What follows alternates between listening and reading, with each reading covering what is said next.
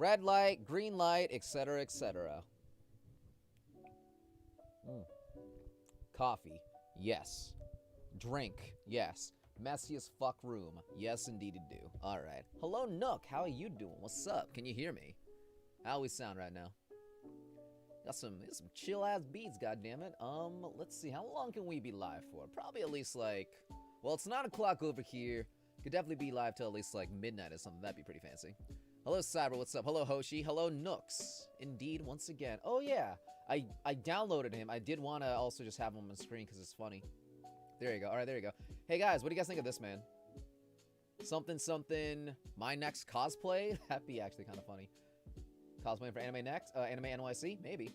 We'll see. But yeah, I'll just have him on screen too. I'll have him on screen. I'll get the bots in back. I need to clean this up a little bit too, so maybe I'll also spend a little bit of time doing that. We shall see, indeed. Crappy anyways will be nice to tune into. Right on, we got the chill-ass beats. I was also feeling bored and honestly kind of crappy as well, so, yo, let's just chill, hang out. If you got something got to get done, guys, go ahead and do it. Or attempt to, because that's kind of also another reason why I went live. I'm like, extremely bored, but two, I got, like, a million things I want to do, and, like, you know, when that happens, you end up getting nothing done, so I'm like, okay, let's sit our ass down, focus on something. One thing, like, main thing we're going to be doing here first off is actually a Your Turn to Die related questionnaire. So, yeah, Your Turn to Die, pretty cool, right? I'm going to be answering this, and, yeah, just chill, hang out and stuff. Also, if we don't get this done, we get slapped, but that's maybe something you want to do, so we shall see indeed. Also, where's my bots and where are we going? We are early to one of these. What's up, Yabuka? What's up, everybody? How we doing? We'd love to be slapped by him. I see indeed. Yes, indeed. That seems to be the general consensus amongst most of us here. And it's a good song, too. Goddamn. We should watch that show again. Probably Friday would be. Ah, Giant Botson, what the f... I was not expecting Botson to be that big. No context? You betcha. What the fuck? Alright, so... we gotta make Botson smaller. Who's knocking on my goddamn door? Hi, what's up, Loki? Yes, I'm, live. We're talking about Slapman. You like Slapman? Are you continuing the episode? Not yet. Probably Friday. You like Slapman? What? How many episodes did you get done with Mom? Just finished episode 2. Oh, so you didn't get to episode 3? Yeah, it's really long. Oh, cookies. Cookies. Loki smells. What? Loki?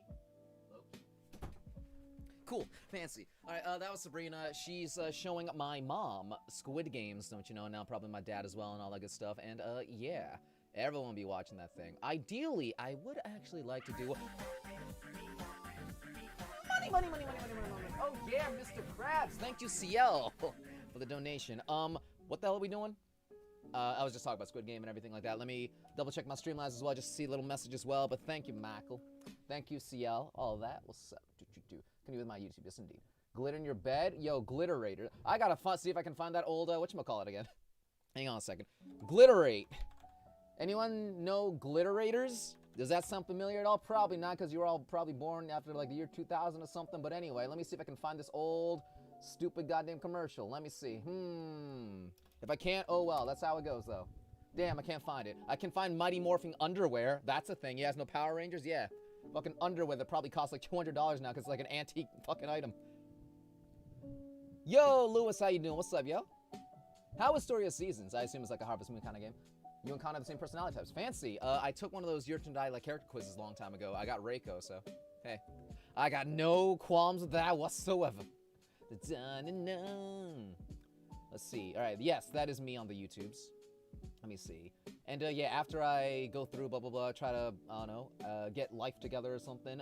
Yeah, we'll answer this question. Have some money. Go buy yourself a Coke. I used to drink a bottle of Coke every single day. And I almost became like 200 pounds or something like that. Don't drink a Coke every day, because that's a lot of sugar. Me and Coke don't necessarily have we don't have a good relationship. We used to be a thing. It used to be an old flame of mine, but yeah, no. We've gone separate ways as people, and yeah. Something like that. Yeah. Fuck that Sprite bitch, though. Yeah, no one likes... What am I talking about? Yeah, no. Sprite's good, too. Are we gonna get, like, a soft drink tier list? We could, but I think I have some other things I might need to do first. Before we go down that whole rabbit hole. Anyway. But yeah, thank you again, CL. Persona, grinding the Persona 5s? I see. Fancy. You wanna be like Reiko, famous, goth, dating the big titty? I see, understand that. That's the life we all strive for. Like, my boy and all that. Okay, so, We have Slapping Guy, we have Botson, and we have this little questionnaire that I need to finish up and fill out. It is on like things that, you know, people like for YttD and such. Okay, I'm blocking too much of the Slapping Guy, so we'll just make a little smile. Put him right here, right next to Botson. Fantastic. So, okay. Let me bring the YttD interview over here, or like maybe you guys might want to see the questions or something like that. But let me see here. I'm gonna ask you guys as well. Might as well. Hey guys, what would you like to see? Like, if there was anything you wished was in the game, something that would you make better? Like, I mean, I just got this question. I think it's basically done. But like, question number 9 here is there anything you wished was in Your Turn to Die? Like something that would make it better, quote unquote. And I wrote down, like, I would actually like to see the Yonki go back and update old chapters with new assets like sprites. And, you know, like, yeah, maybe more character interactions. Or actually, yeah, like, thinking about it, yeah, kind of how, like, yeah, what's it called? Friggin' Danganronpa has, like, you know, free times or presents the social links. But then again, that's why we do have it in Your Time to Shine. So that's mostly what I want. I guess, like, if you guys have anything you would want to, like, you know, express as well, feel free to do so as well. But for me, yeah, I think that's mostly it. There's not too much else I would really want to mess with narratively, or like nothing too much else I would want to add, just in general, at least in my opinion, of course. Fitting rooms for every character, areas for every character. Oh yeah, like kind of like how V3 had like the character specific, whatchamacallit rooms. I guess in Your Turn to Die, that would be each character's first trial rooms kind of thing, or just yeah, like more personable rooms like that could be interesting for sure. Something involving Kuki and Megumi. I see. Yeah. Keiji's arms backstory. We got that, didn't we? A minigame where we choke the shit out of Megumi. Something like that. A minigame where Keiji chokes us. Something like that. Can't really think of anything. Right on, yeah. Like, I said my 2 things. I think that's basically it for myself. For 10, question 10 is, and I do have to go back to question 8. I'm just skipping it right now because it takes a lot of brain effort and or power, and yeah, it's always hard for me. So number 10 is any negative aspects you'd like to address of any kind. Now, when it comes to negative aspects, nothing really jumps out from me, at least, you know, like nothing jumps out at the start, really. Like, I can't really think of anything off the top of my head except for like meme answers like Memory Dance. Which, I mean, it's not necessarily a meme, and it's not negative, it's just hard. It's just harder than most other things. It presents a challenge. That's not necessarily a bad thing.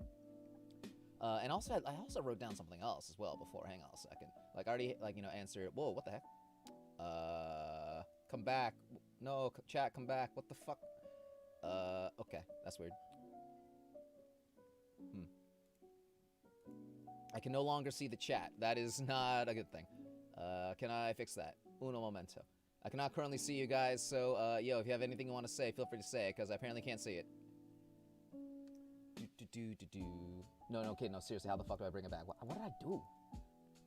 Don't you love it when you randomly click something and now all of a sudden, yeah, everything's gone to shit? I love it when that happens. Oh, who's knocking on my door? Sorry, but what's the admin allowance?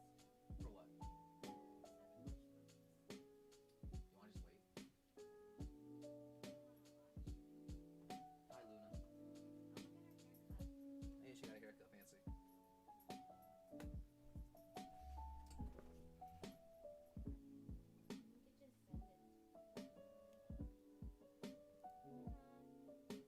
There's a dog in my room, folks.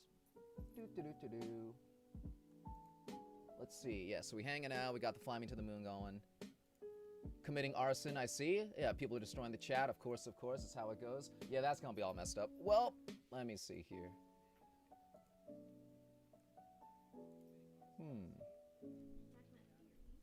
What? No, I'm answering. I'm trying to answer like a whatchamacallit. Just uno momento here. Okay. Give me your phone. She is obsessed with Loki. She wants to watch the Loki show, so let me quickly do that for her. And then, what else are we doing here? There's a dog in my room. Doo-doo-doo. What are we doing? Okay. Y'all destroying the chat? I can see you guys now, but yeah.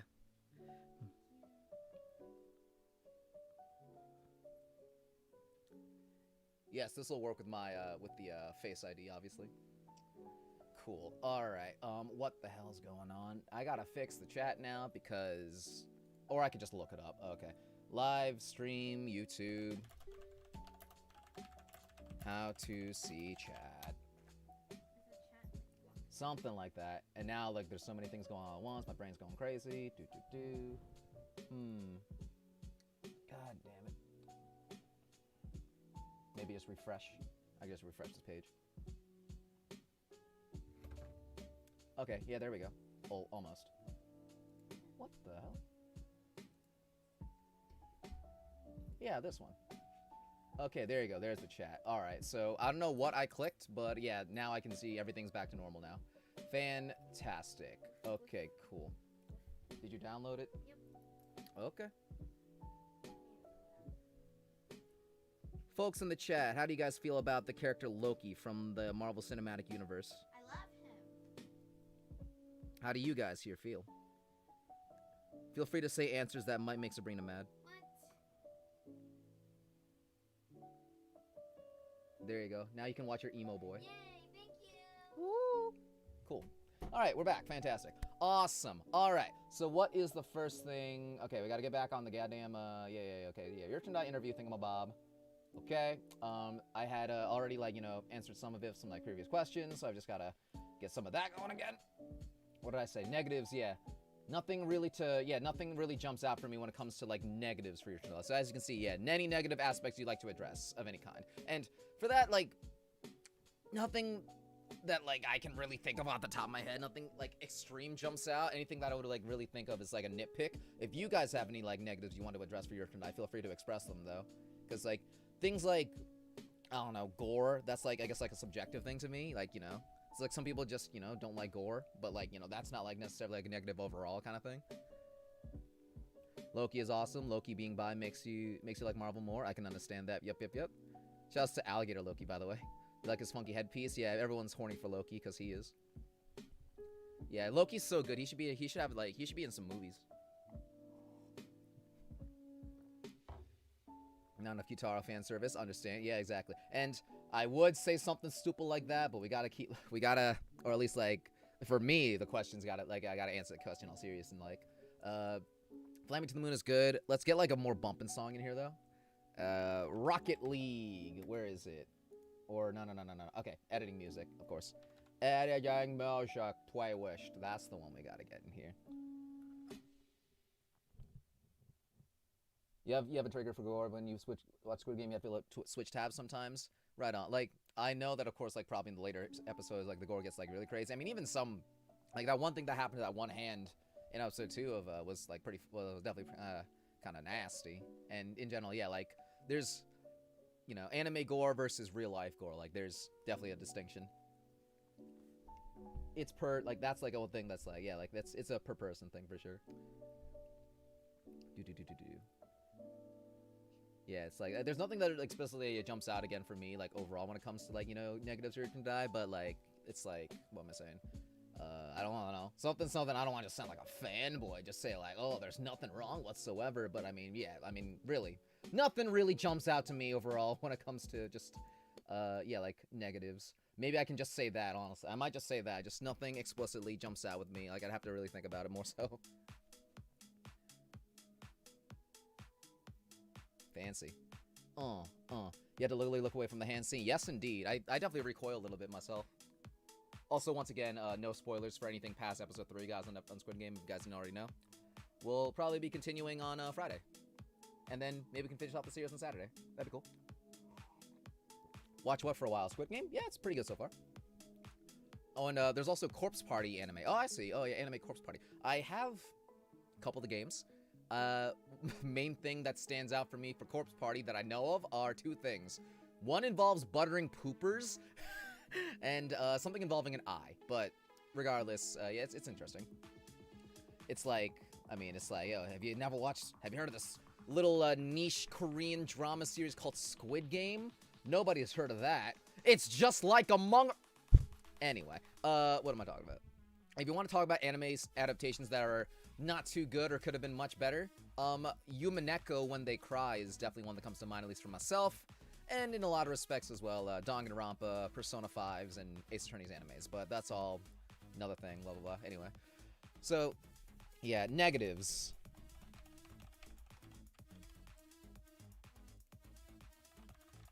I can just honestly say, yeah, nothing explicitly jumps out.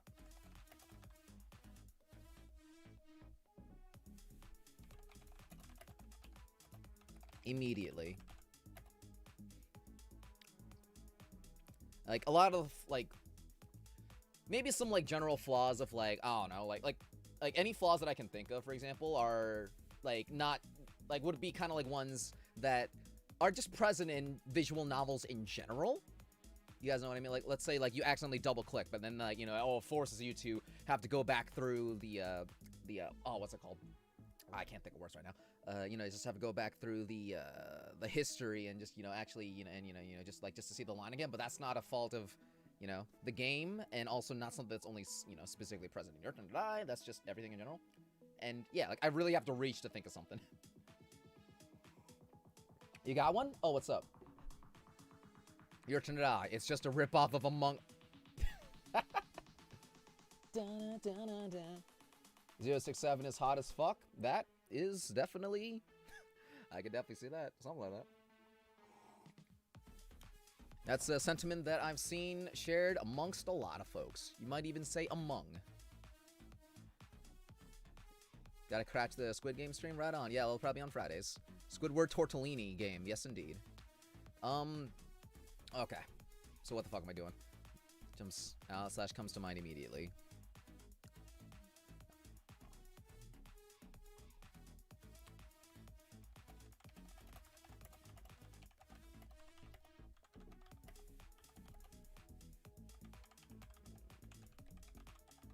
Of negatives / nitpicks and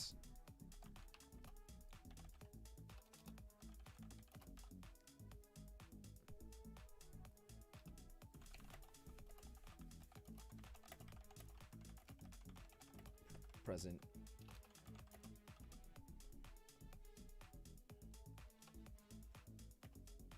visual.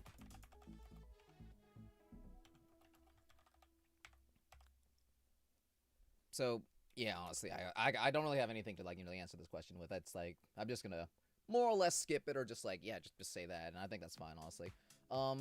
Question 11 here is there anything that I would have changed? And when it comes to the things that I would have changed, what did I say before? Like, what did I say before?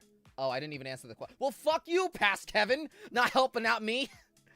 Guys, don't you guys hate your past self? Or, like, man, I gotta say, it always sucks when, like, you're, like, God, what is it called? Fucking, your, procrastinating selves, right? Man, when you're a procrastinator and you're like, I'll do it later, future version of me can handle this instead of me right now. Fuck you, past Kevin. Fuck my past procrastinating self. Or maybe it's just, I mean, what else? I mean, it's also probably a question that I'm not really gonna answer much in general, but still, like, man, don't you guys hate your procrastinating past selves? You know, just leaving all the problems to you right now in the present? Bastards, how could you? You son of a bitch. But anyway, hello, Mika. What's up? How you doing? I've been feeling well. Oh, I hope you feel better, yo. Made your day better? Oh, that's all. Oh, thank you. I'm glad I'm able to make you feel better. And let's all feel better by collectively saying, fuck our past selves and fuck our procrastinating asses. Well, maybe not. I'll do it later. God damn it. I'll yell at my procrastinating self later. You know how it be. What the fuck are we doing? 11, though. What I would have changed. What I would change in YttD. And I'm also trying to keep this mostly spoiler-free, too. Like, any death I would, like, you know, rather than saying this character, I'll say, like, oh, the character from chapter 333, blah, blah, blah, something. So, what I would change in YttD. Once again, I honestly wouldn't change much. Like, narrative-wise, not really much I would change. Because, you know, I mean, as much as I would like to keep, like, you know, certain characters, you know, alive or whatever, blah, blah, blah, I'm just like, that's just, I don't know, just kind of feels silly to change something like that. At least, I don't know, something. Yeah, fuck our past selves, seriously. Our past selves have, you know, left us with all, like, the, I don't know, bunch of shit. Oh, I got Tic Tacs, though. Guys, Tic Tacs. They're great. They're I don't know. I definitely so I feel I'm a little. I don't know if I would say obsessed with these, but like Jesus Christ, I definitely will like just go out of my way to like buy these and just like thump them just all the time. I'm like L from like Death Note, just like always just like munching on like sweets or something like that. But like it's specifically like Tic Tacs. They fill me. They fill me with the power, the drab, the blah blah blah. Yo, shirtless Sephiroth, shirtless Uno for JoJo, of course. Add Botson. Oh yeah, of course. Oh, that's true. Yeah, but here's the thing. If we added Botson is too good for your to die. You know what I'm saying though? He's too good to just be in the game. Botson's got a career. Botson's got a future. He is going places. It's like having a TV. It's like having a movie star only working on some like crappy indie TV pilot show, like it's just, it's too good for his pay grade. He deserves more. He's going places, he's too good for this.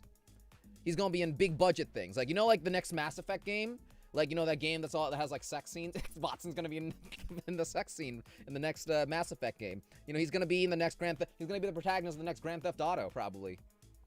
He'll be in the next Smash Brothers. He's gonna do more than just being in some, for free RPG Maker game only in Japan. Yeah, Botson, man. Exactly. What the fuck are we talking about? Anyway, but yeah, anything I would change? Not really. Legitimately, not really. Botson's the front man. Botson, red light, green light. Yeah. Botson, but it's only red light.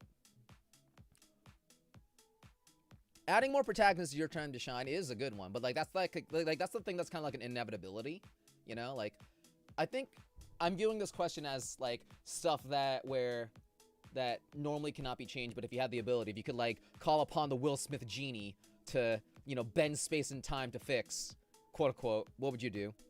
And I don't know. I also don't know if I can really necessarily say spoilers. Like I would, for example, like talk about maybe like have like the banquet stuff, have like that one ending that every Ron Sara fan wants, or maybe give Anzu more focus, something like that maybe. But yeah, I don't know if I can like really speak that far, or if I'll just have to keep it very vague and such. So yeah, maybe something like that. Let me think here.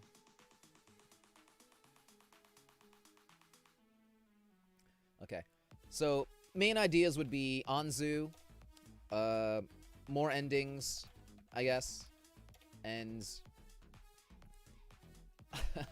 I could say screen time my favorite character, but just I don't know. That's a little selfish, you know what I'm saying? Done. Join, what's going on? What's up? We're hanging out, and I'm also just answering some like questions for this Your Turn to Die questionnaire. Oh god, I still have to go back and do question 8, which is this is a harder one. But yeah, Anzu, more endings. I don't know. Hey guys, Anzu. Hello, Pixel. I guess one idea is like having not like having choices matter. What am I talking about? Like, I don't know.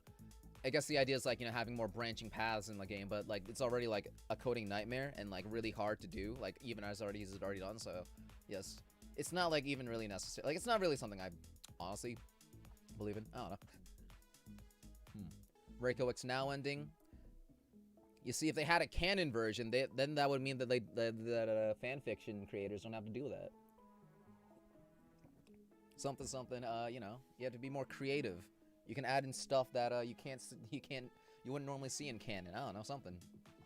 How'd you guys feel if like there was like a Reiko and Now ending, except Now turns out to be a vampire and then rides away on a flying car? And if you're wondering what I'm referencing, you see okay, little known fact, guys. So, The Room, the movie. You guys know the movie, right? Tommy Wiseau, I did not hit her, it's not true, that movie. In the original script, the main character, Johnny, was supposed to be revealed to be a vampire that would kill a drug dealer or something and then fly away on a flying car. I'm not joking. You think I'd make this? It sounds like something I would make up. I know, but I'm not lying. That actually was the case. And it's like somehow, if it were any other movie, wow. But like for this movie, I fully believe it. Also, I need to show off the best ending to any game in existence.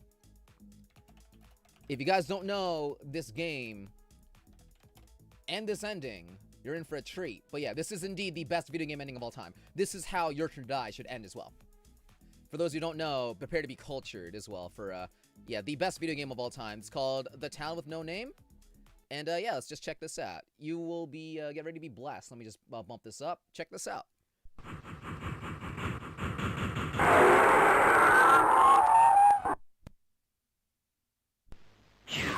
Games were so much better back in the day. Yeah, fuck you, Spider.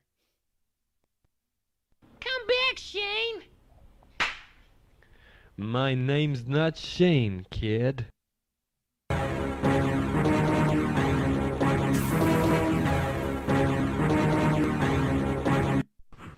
Yeah? Exactly. Bravo. Bravo. Nothing short of poetry. So yeah, my name's not Shane, kid. Context? Fuck you. There we go. Exactly. Fantastic. Hey, Fo, what's up?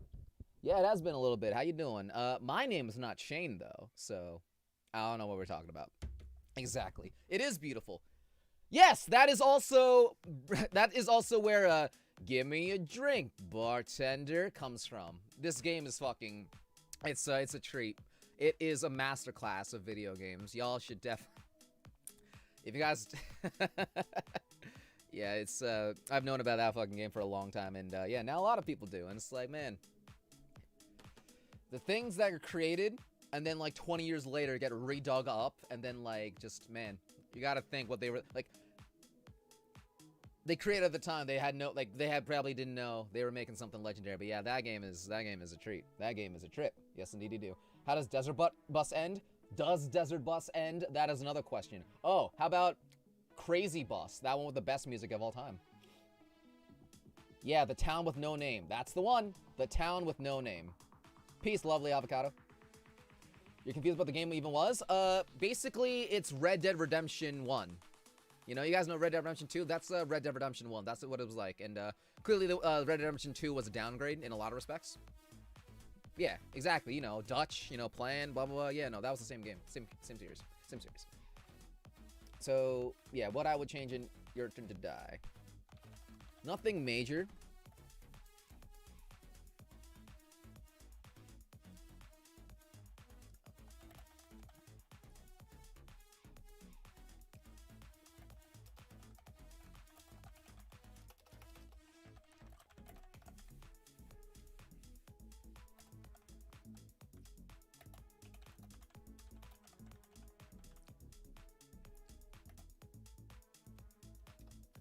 I think another thing too, when it comes to like changing quote unquote, it's like I don't know if like I wouldn't say like, oh, I change this character's story or, you know, importance to the plot, whatever, because like the game still, of course, is not done yet. So for all we know, fucking Kai comes back at the very end, is like, you know, just a boss, something, you know, he like personally stabs Miley again, blah blah blah, and you know, it ends on like a link to like Kai's OnlyFans or something. So for all we know, yeah. Like, I wouldn't say, like, oh, give Kai more screen time, because, yeah, for all we know, he will actually have, like, a lot of screen time at the very end or something like that, so, yeah. But, yeah, I wouldn't,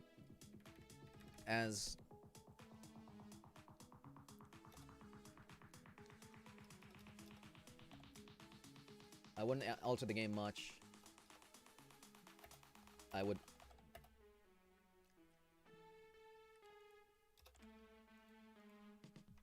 probably want to add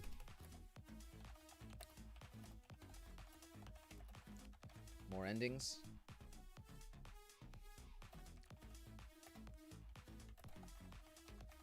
More endings than are currently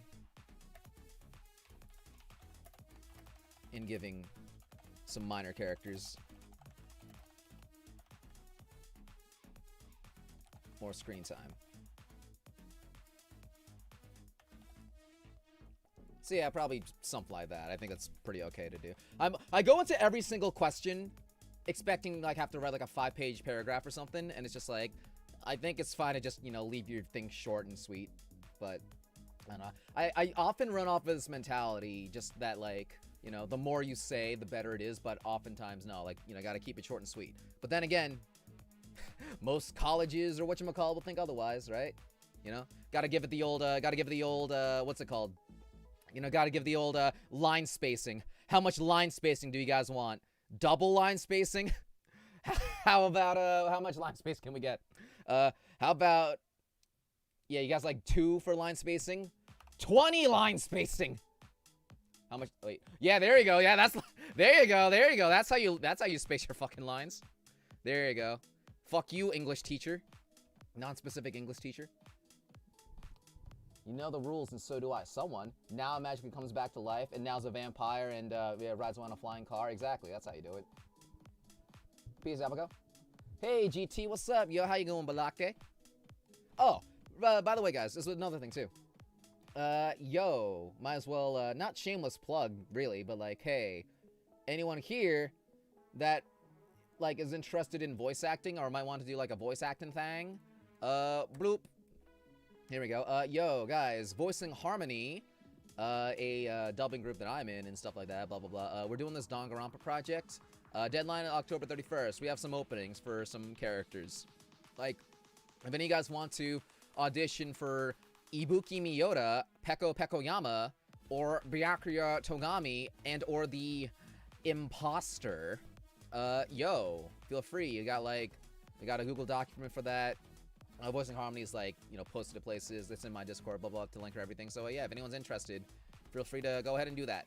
In the meantime, yo, we got Gong Yu, and we got, we got the game and everything. And, yeah, I might cosplay that guy. I'm not gonna lie. That could be fucking funny. But, yeah, what's question 12 here? What is the question? You're interested in making an audition for this? You better, yo. Go ahead. Do it. Do it, do it, do it. Okay, strong suits for your turn to die. All right, strong suits for your turn to die. Now, I can already think of a couple things, but I think I'll try to keep it to, like, a couple few things or whatever. Let me think. Off the top of my head, immersion through gameplay is definitely one of them. Story or, like, character depths for sure. KG's arms. Oh, God, yes. Something. We're not including that, sadly. But, all right, what's another strong suit? Well, I've already expressed it, I think, in this too, already, but I'm gonna bring up the same idea.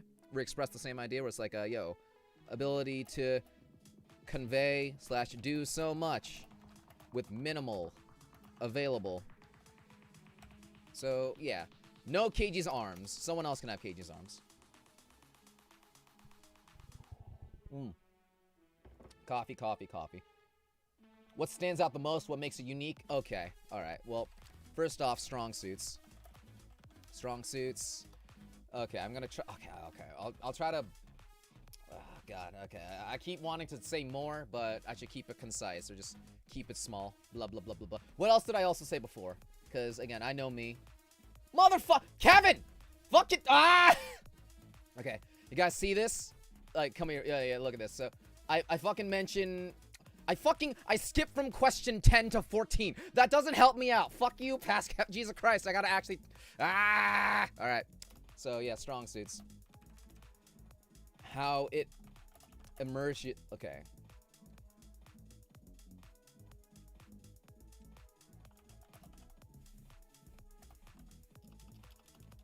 Chad Hayasaka, yes indeed he do.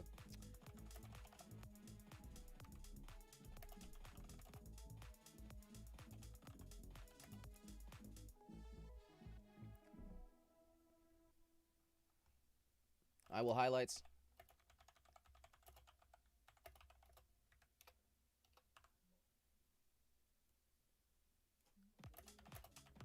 In my opinion, some of the game's strong suits include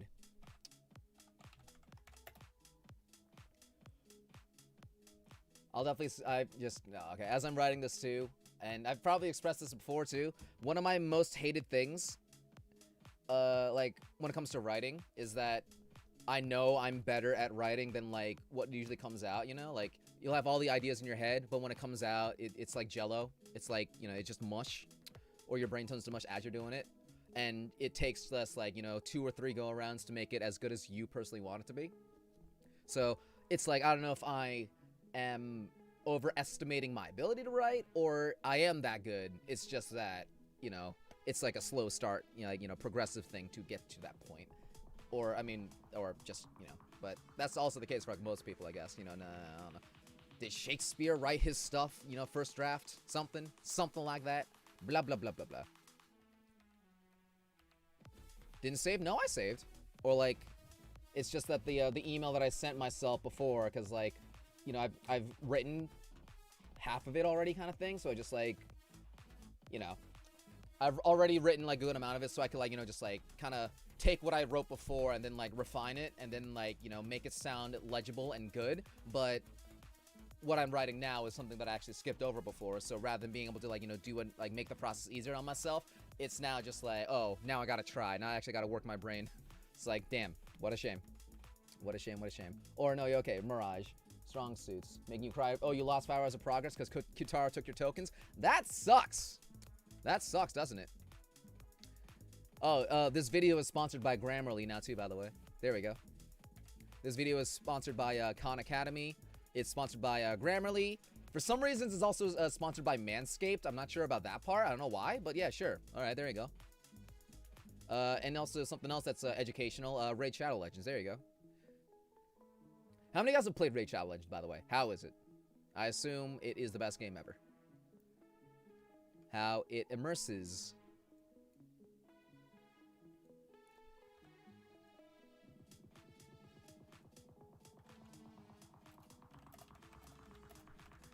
Through gameplay.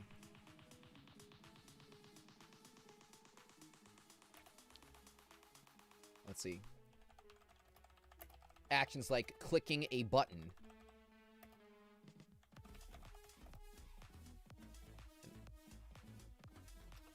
Connection to SAR.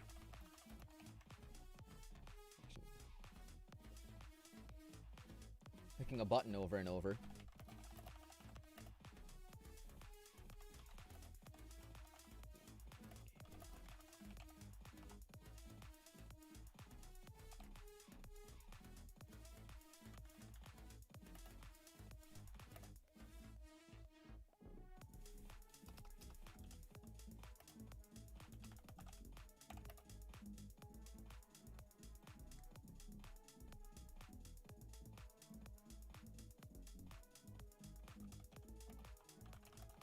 Find to be the game's strongest aspects. Okay.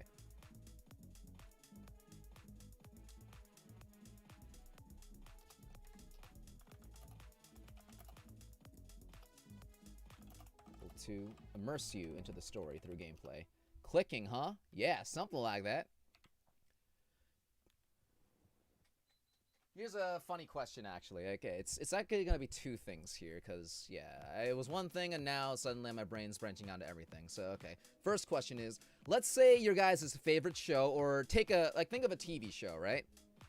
Show, anime, blah, blah, blah, anything. Cartoon, anything. Your show, to get someone into the show, you must show them the worst episode of that show.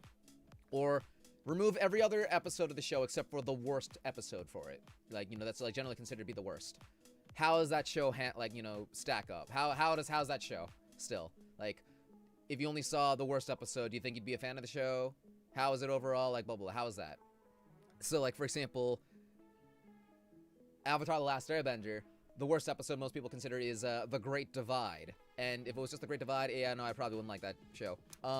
Doctor Who, if it was only Love and Monsters, yeah, no, I would probably not be into that. Any guys have any other ideas? Feel free to express them. Naruto, it's only the filler episodes. Stuff like that. What's the worst Adventure Time episode? I wouldn't know, actually. I'm trying to think now, like, just because it popped in my head. Gravity Falls, what's the worst episode? And honestly, I can't really think of anything. Gravity Falls is a pretty good show overall, but there's definitely one episode that's definitely, like, you know, the least polished.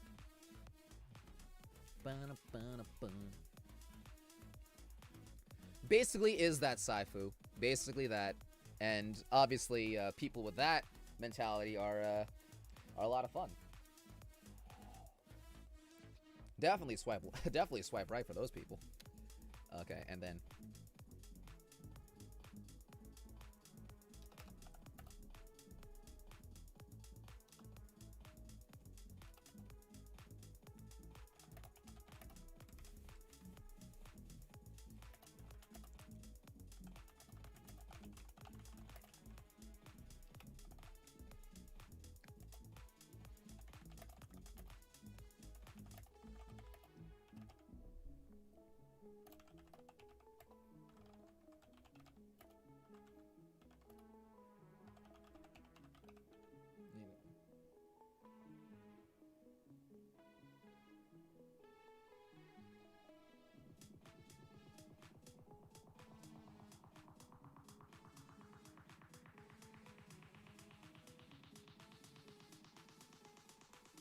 real people and how you can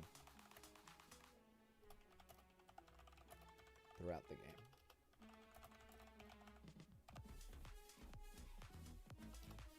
Cool. Geen. Worst Gravity Falls episode, Roadside Attraction. I don't remember that episode, actually. Let me just quickly look up the summary. Roadside Attraction. I guess, for me, for shows that I really like, I mostly only remember the good ones, so, like, except for the ones that kind of, like, memed like crazy, you know? So, yeah, what was episode 16, Roadside Attraction? Bronco Stan takes a road trip in an attempt to sabotage all the other tourist traps in Oregon. Dipper tries to flirt with some girls on the open road. Wow, yeah, I really don't remember that episode. I do not remember that episode whatsoever. Did it have Wendy in it? No? That's probably, I probably didn't remember it. Yeah, something like that. Yeah, I don't remember this episode at all. Goddamn. Might have to rewatch Gravity Falls is what we're saying. It's on Disney Plus and it's not kind of censored or something, which, like, damn. That's Disney for you, though. Dipper and Candy? I do not remember that episode whatsoever. Even if, yeah, Naruto replaced worst episode, worst arc, you don't think that could say, yeah, well, man, because here's the thing with Naruto, right? Even if you replace, like, some of the worst episodes extend, because of the fucking pace of Naruto, right? Like, the worst episode actually extends out to, like, 5 episodes sometimes, just because some of the fights end up that long.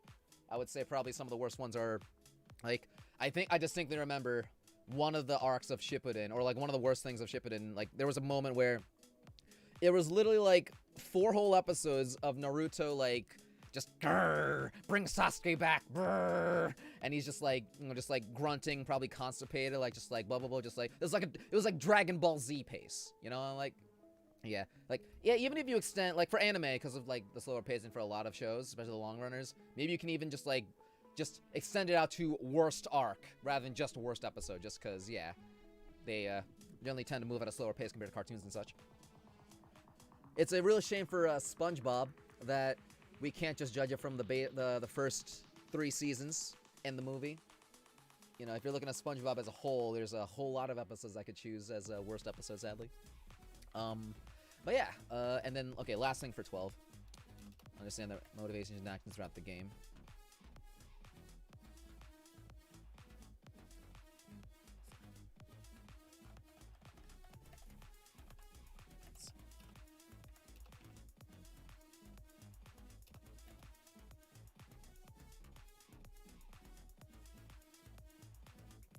Grip you emotionally and convey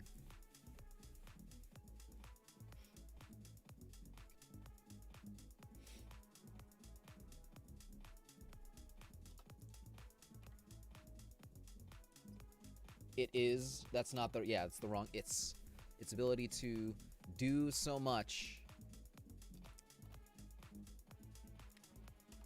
Grip you emotionally and invest you in the invest you in the plot with such minimal resources available. There we go. Yeah, something like that. There you go. Those minimal resources available. I think those are overall probably the strongest things, or things I would definitely highlight. That I would highlight as the game's strongest aspects. You can consider this stream as like, imagine like the study group with like your friends, right? Where you're trying to write a paper together, but instead of like, you're writing the paper, but you're also shooting the shit with your friends, right? You're showing them stupid videos or like getting coffee or whatever. But yeah, also trying to like focus and like get shit done. Which, yeah. What's up, guys? And you guys got fucking, what? Essays to write? Tests to take? Parties to go to? Something like that? What's your guys' current hurdle that you're going through? What's the current thing that you're like, okay, this is my main focus. I gotta do this. And then like your next obstacle on the course of fucking life, yo. What do you guys, what's your main priority right now? It could be anything from like just a test or even like, say, I don't know, learning how to drive or anything like that. Naruto and Sasuke, they were the first two to like shared a kiss on screen in Naruto, right? Remember? And it's like, that's the funny thing, man. Yeah, that's the funny thing. Naruto and Sasuke actually would have made more sense than a lot of the ships that ended up becoming canon like by the time of Boruto and more. Arguably more than, yeah, Sasuke and Sakura and everything like that. They had a lot of chemistry. They cared, like, man, the amount of that fucking Naruto cared about that emo kid. Goddamn. What else is there too? Last thing on Naruto was, yo, my boy Rock Lee got shafted. That's all I'm gonna say. Rock Lee deserved justice. Then again, like, they went from Rock Lee to Mike Guy. I think that's just the main thing. They went from one bull haircut to the other bull haircut guy. The Friday Night Funkin' mod, right on, yeah. Better at drawing? Math, oh, math, yeah. Nine-Tail Fox. Naruto and Sasuke's friendship felt so forced. Like, we could get into a whole thing with Naruto, but I don't know, I think we got something else to, like, some other things to focus on right now, but yeah, no, I fully agree with, like, just, oh man, there's a whole fucking rabbit hole we go down with fucking Naruto. Naruto. Many people have expressed it, and yeah, it's just blah, blah, blah. Blah, blah, blah, blah, blah, blah, blah. My personal favorite ship has always been, the dog Akamaru and, Konkuro's puppets. There you go. That's a ship. How do you think that's a ship most of us can get behind? What do we call that? Dog shipping or puppet shipping? I don't even fucking know anymore, dude. But anyway, 13. Stands out and makes it unique. Oh, god damn it. Alright, standing out and making it unique. Come on, brain. Come on, Jimmy Neutron. Give me strength. Think. Jimmy's mom. What the... Standing out and making it unique. Well, art style's definitely one of them. Main game mechanics. Ability of choice is one of them as well. Or rather, branching paths, I guess, is like another way to express it. But then again, Zero Escape has that as well. So I'm like, I don't know if I would really consider that unique per se. So, or not branching paths, but choosing who lives and dies. I don't know, man. I don't know. Is anything really unique? I'm like, I need things to be absolute. Something like that. If anyone ever needs help with homework, by the way, guys, in our Discord, we have an entire channel dedicated to helping each other out with your homework or just, you know, answering questions like that in general. So, yo, always feel free to, like, ping the homework helper, whatchamacallit, and yeah, just if you ever need help, yo, that's what we're here for. Yeah. 90% of media would be better if they didn't try to shoehorn romance. So that also ends up taking away from the overall, like, main plot and main connection with characters. For example, a lot of Marvel movies, you could cut out forced romances that, I mean, as you can see from, like, some earlier movies to, like, you know, now, ended up not really mattering whatsoever. Like, for example, I mean, I would say, like, Doctor Strange, for example, would definitely be one that comes to mind. Like, does anyone remember the name of the girl in Doctor Strange? Like, exactly, right? Like, all you need to know is Doctor Strange and Wong, and obviously Wong is the most important character in the MCU, so... That's all you need, Doctor Strange and Wong. No girls allowed at no girls allowed at the wizards parties or whatever they do, whatever they're called. Doctor Strange had a romance. That's what I'm saying. And yeah, there was a romance. There was a girl in it. They were like, you know, blah blah blah blah blah. You remember because you're a huge Doctor Strange fan? Ah, okay, yeah, there you go, yeah. But to the most mainstream, like most mainstream or like casual Marvel fans, though, yeah, most people wouldn't know Christine's name, for example. Yeah, the Wumbo CU, the Wong CU, exactly. Let's go Wong. What the fuck? Yeah, okay. 13, 14. Impact? Oh, it had quite an impact on me, a little bit. Okay. Let's do this one quickly, guys, because this is like a very quick one. How would you guys describe Your Turn to Die in a few sentences? Not a few words, but I guess like a few sentences. Well, okay, few words, but yeah, just like if you could describe Your Turn to Die in a single sentence, how would you describe it?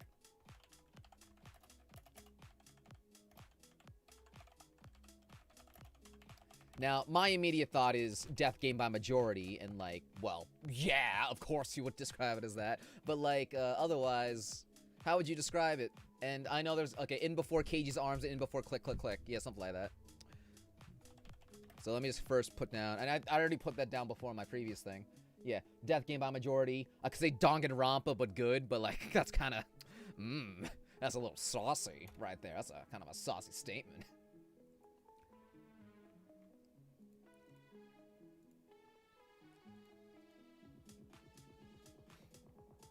Person go boom boom, Kitaro's ass. Understandable, yes indeed. What about Tony Stank? Yeah, Pepper, like, Tony Stark maybe not necessarily, well, I don't know, because you have, like, the original depiction, then you have, like, the MCU depiction, and, like, either way, like, Tony Stark's a strong character, but his relationship with Pepper is, like, they have very good chemistry together, so, you know.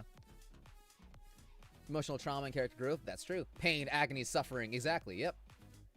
You could, like, there's enough, like, words that mean pain and destruction that you could probably turn into an acronym. A roller coaster of emotions. In fact, yeah, a roller coaster of emotional trauma. And, not enchanting characters, is a better word for that. Interesting, just interesting characters. You might as well go vanilla with it. Is that not how you spell roller coaster? What the come on, Google. Memory dance does suck, yes indeed. Pain, agony, suffering. Okay, we can switch a song as well. Feel like it's about time we switch the song. Crumbling Laboratory is always good. Yo, Robot Hell? I like Robot Hell. We'll play it. Well, no. Okay. Actually. Let's switch over to, like, nobody's hero again? Get your Donkey Kong ass out of here. We don't open up. We don't opening that up again. Maybe later, but not right now. Oh, I like this. Nice. Fancy. Alright, so.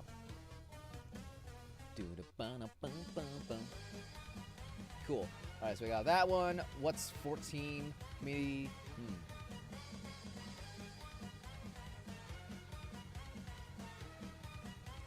Alright. So, while I'm here, okay, so I think 12 is good, 11 is good, 10 are good. Wait, right? Yeah.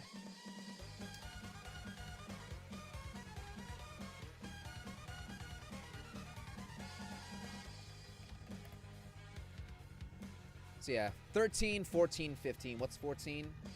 Impact on me. Specific on me. Alright, impact on me. 15. Then there's a question 16, and then final thoughts. So, okay.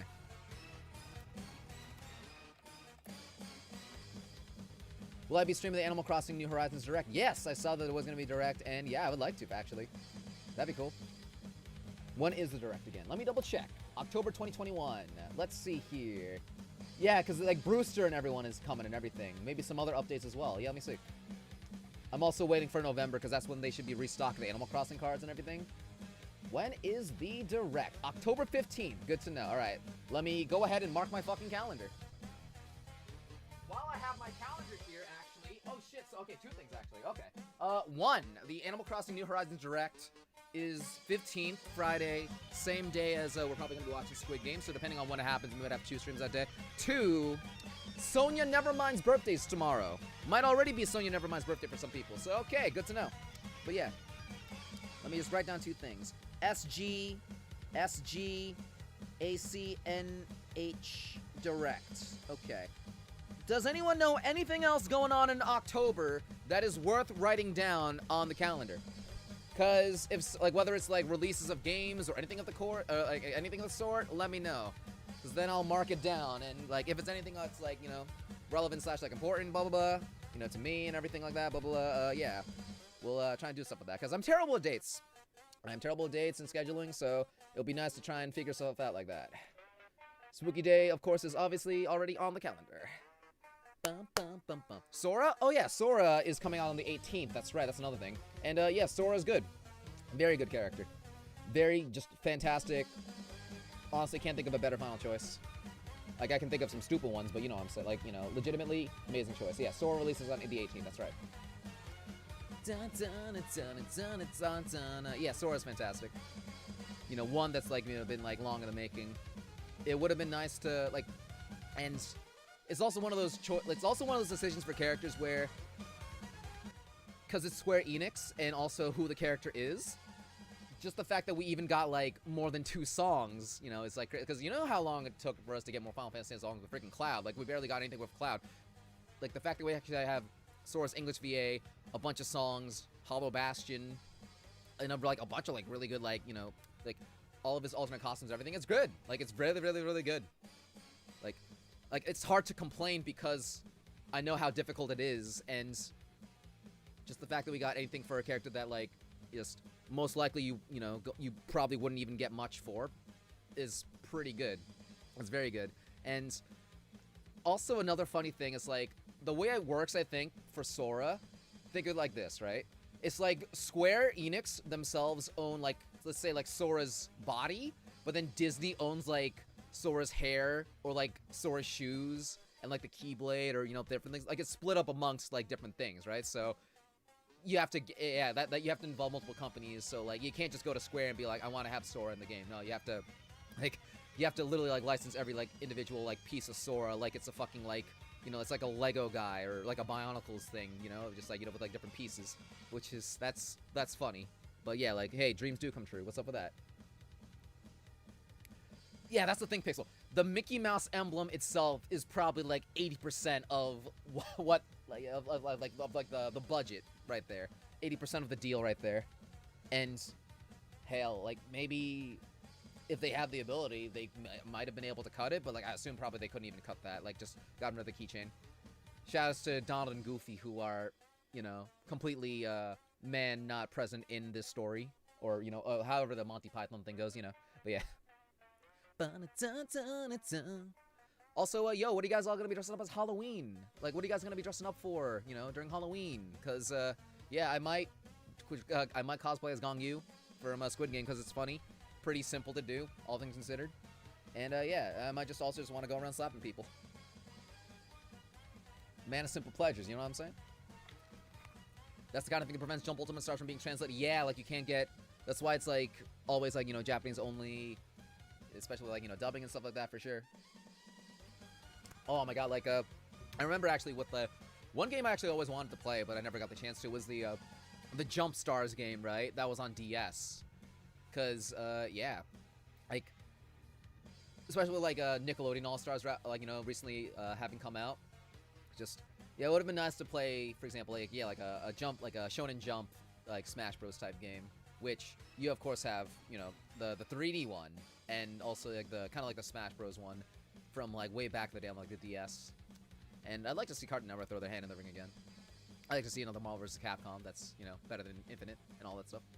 Alice Madness Returns. Oh, awesome. Yeah, Alice Madness Returns as Alice is really cool. Base for Halloween. Fancy. Get all them flowers. Hey, I had a call. What's up? How you doing? We're currently talking about, we're talking about other different versions of, like crossover Smash Bros. Type games we could do, like, with, like, Nickelodeon All-Stars out. And also I'm, like, working on just, like, writing for, like, a little questionnaire that's a Your Turn to Die related. So yeah, impact on me, blah, blah, blah. I think maybe it'll be good to finally just go back and do question 8 right here. Question 8 is like illusion of choice, which is like how I feel about it. And, okay, what did I write down? I'll try and write something. Let me actually, because this is always how it works for me. Yeah, let me see if I can get a timer. Also, let's switch the song over to something else. We're talking about Marvel vs. Capcom, actually, so. Cheshire Cat. Yep, female costumes are indeed over-sexualized. Yes, indeed, they do. And it's like Halloween, you know how it goes, right? Just like, ooh, slutty nurse, ooh, slutty Gandalf. What the Yep, fucking Halloween. For all we know, what else we got? slutty Papyrus. God damn it. Slutty Goro Majima. Now that I'd like to see, but something like that.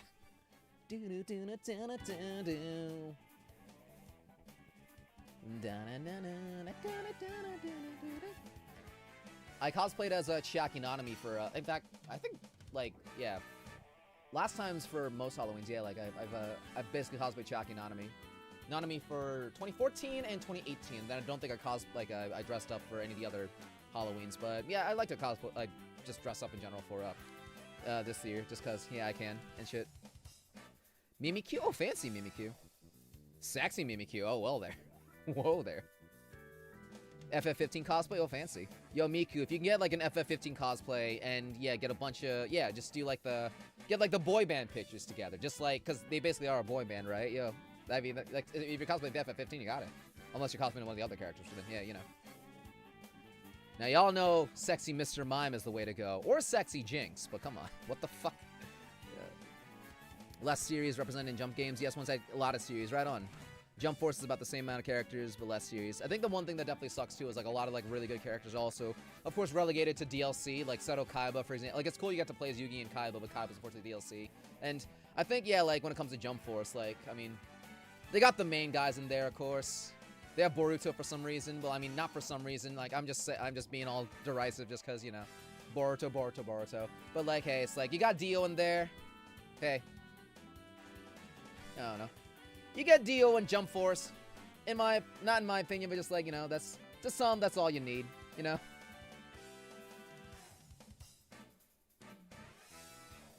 You'll do the whole group. Your two friends don't know the series as much as you do. Damn. 8-year-old in a Chiaki at a Halloween parade in hometown just kind of about it. Well, yeah, that's how it goes. Shouts to my one friend who went to a what's it called? Who went to like an anime convention. This was at least like 3 years ago, I think, something like that. But yeah, my one friend went as like Mui Ruma to like an anime convention, and then like this 8-year-old walked up to her and says like, "You're my favorite character from Danganronpa," you know, like something like that. So yeah, shouts to Mui Ruma, whose main base of fans are all 8-year-olds probably, something like that. Anyway, but yeah.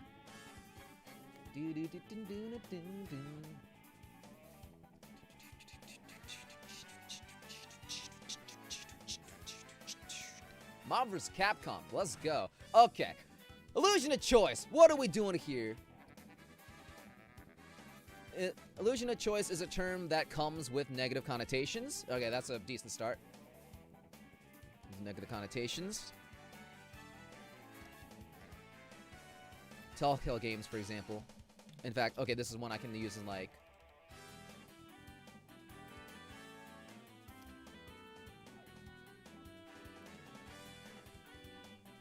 with...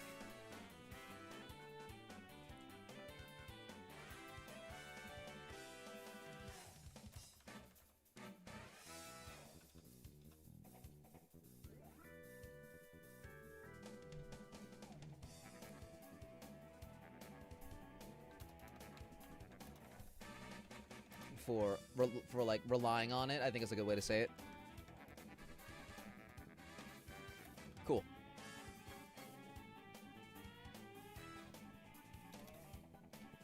And so now I can just do like, okay, this is what it is, and I don't think I'll necessarily need to like fully describe what it is or something like that, but just, yeah, let me see. In your turn to die, I'd say it doesn't take away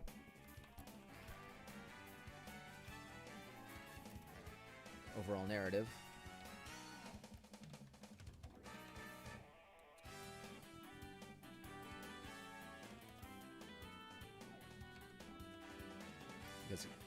Especially because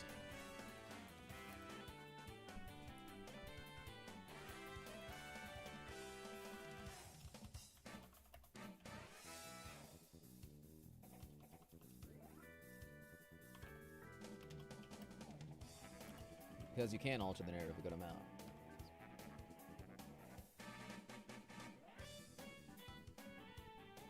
I'd say it doesn't take away from the overall narrative, especially because you can alter... Okay, you're using narrative a lot.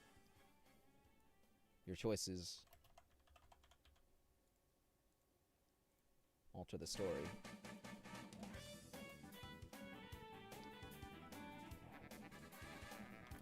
At specific points.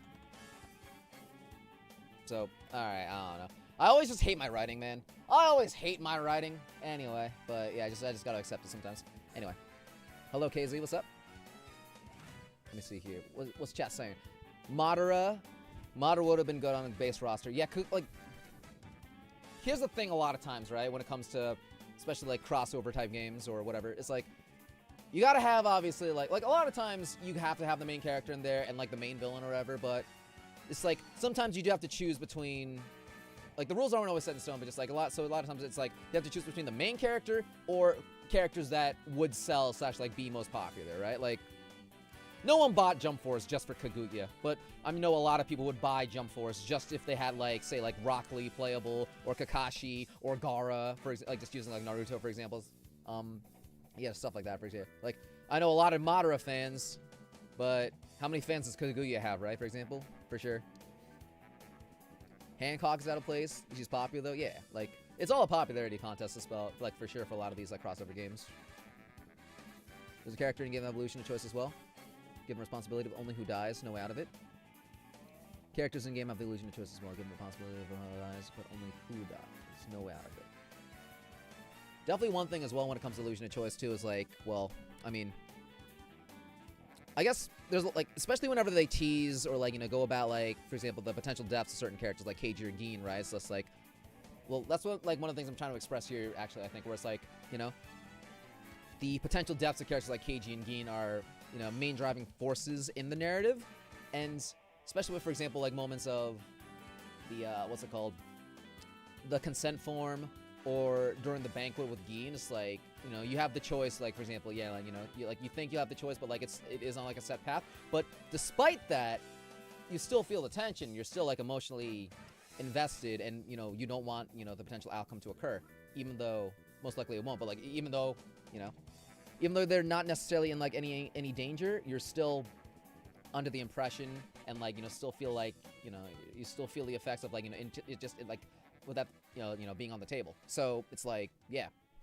even in, because you know how shitty the game would be if like, yeah, you could just like kill Geen at the very beginning. It's like, yeah, like even if there isn't like any choice, like through being like presented that kind of choice, or like, you know, the potential for it, still, you know, enhances the story in like, you know, in a way, I guess, kind of thing.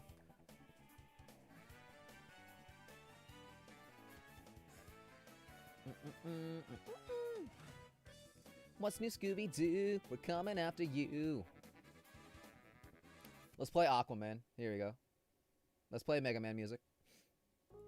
Yeah, literally every chapter gives you like a heart attack every single time. And, you know, we can talk about illusion of choice retroactively, like after the fact in hindsight, but in the moment, you know, you never really know. So it's like, yeah.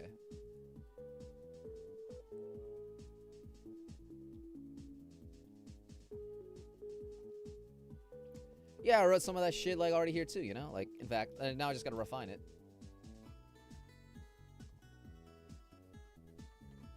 So now it's like, most of Sara's dialogue choices will lead to the same outcome, but it's more how you think. It's more about how react to the situation.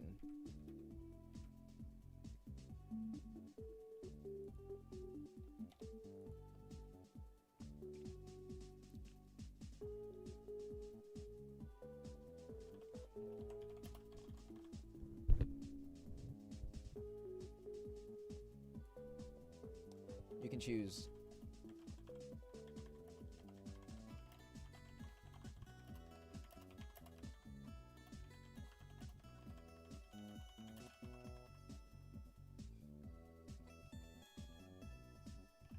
at certain points.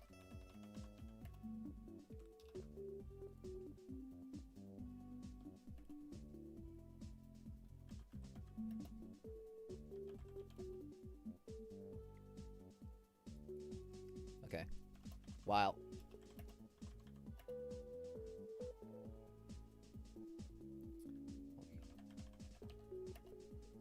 the overall plot is streamlined, the interpersonal connections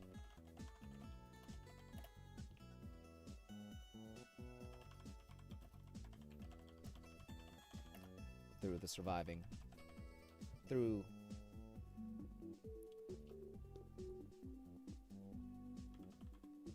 chosen survivors,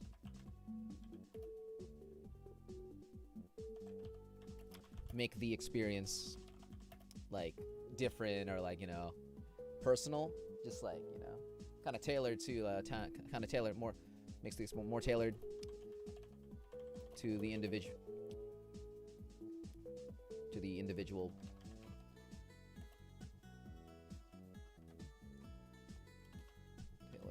going through it. I hope that makes sense. Again, I'm a shitty writer, so I'm terrible at writing. What's up, Ella? How you doing? Don't you wish you could vote KG in the second game? Like, it's like, even if like the option was present, would you, like, why would you? I don't know what I'm saying. Anyway.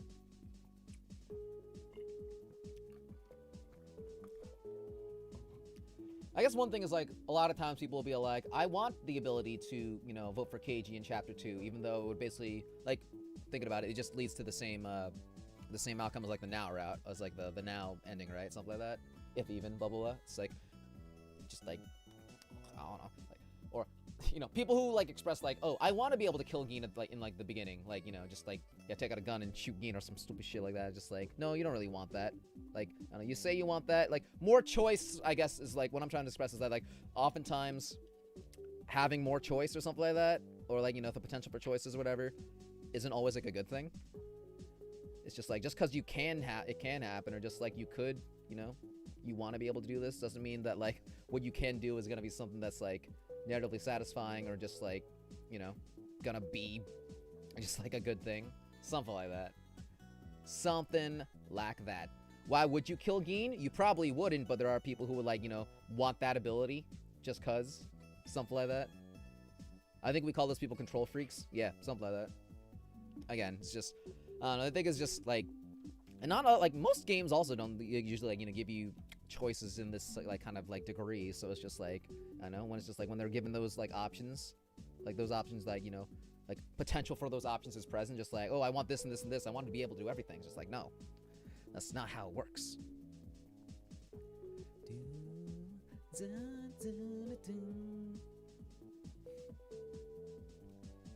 The game often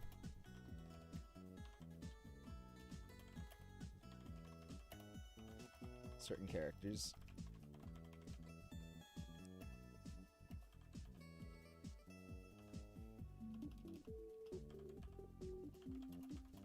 not being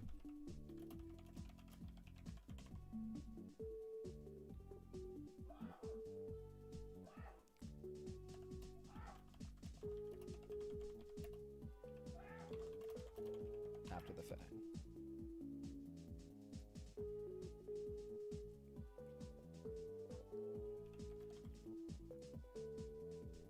After the fact, yep.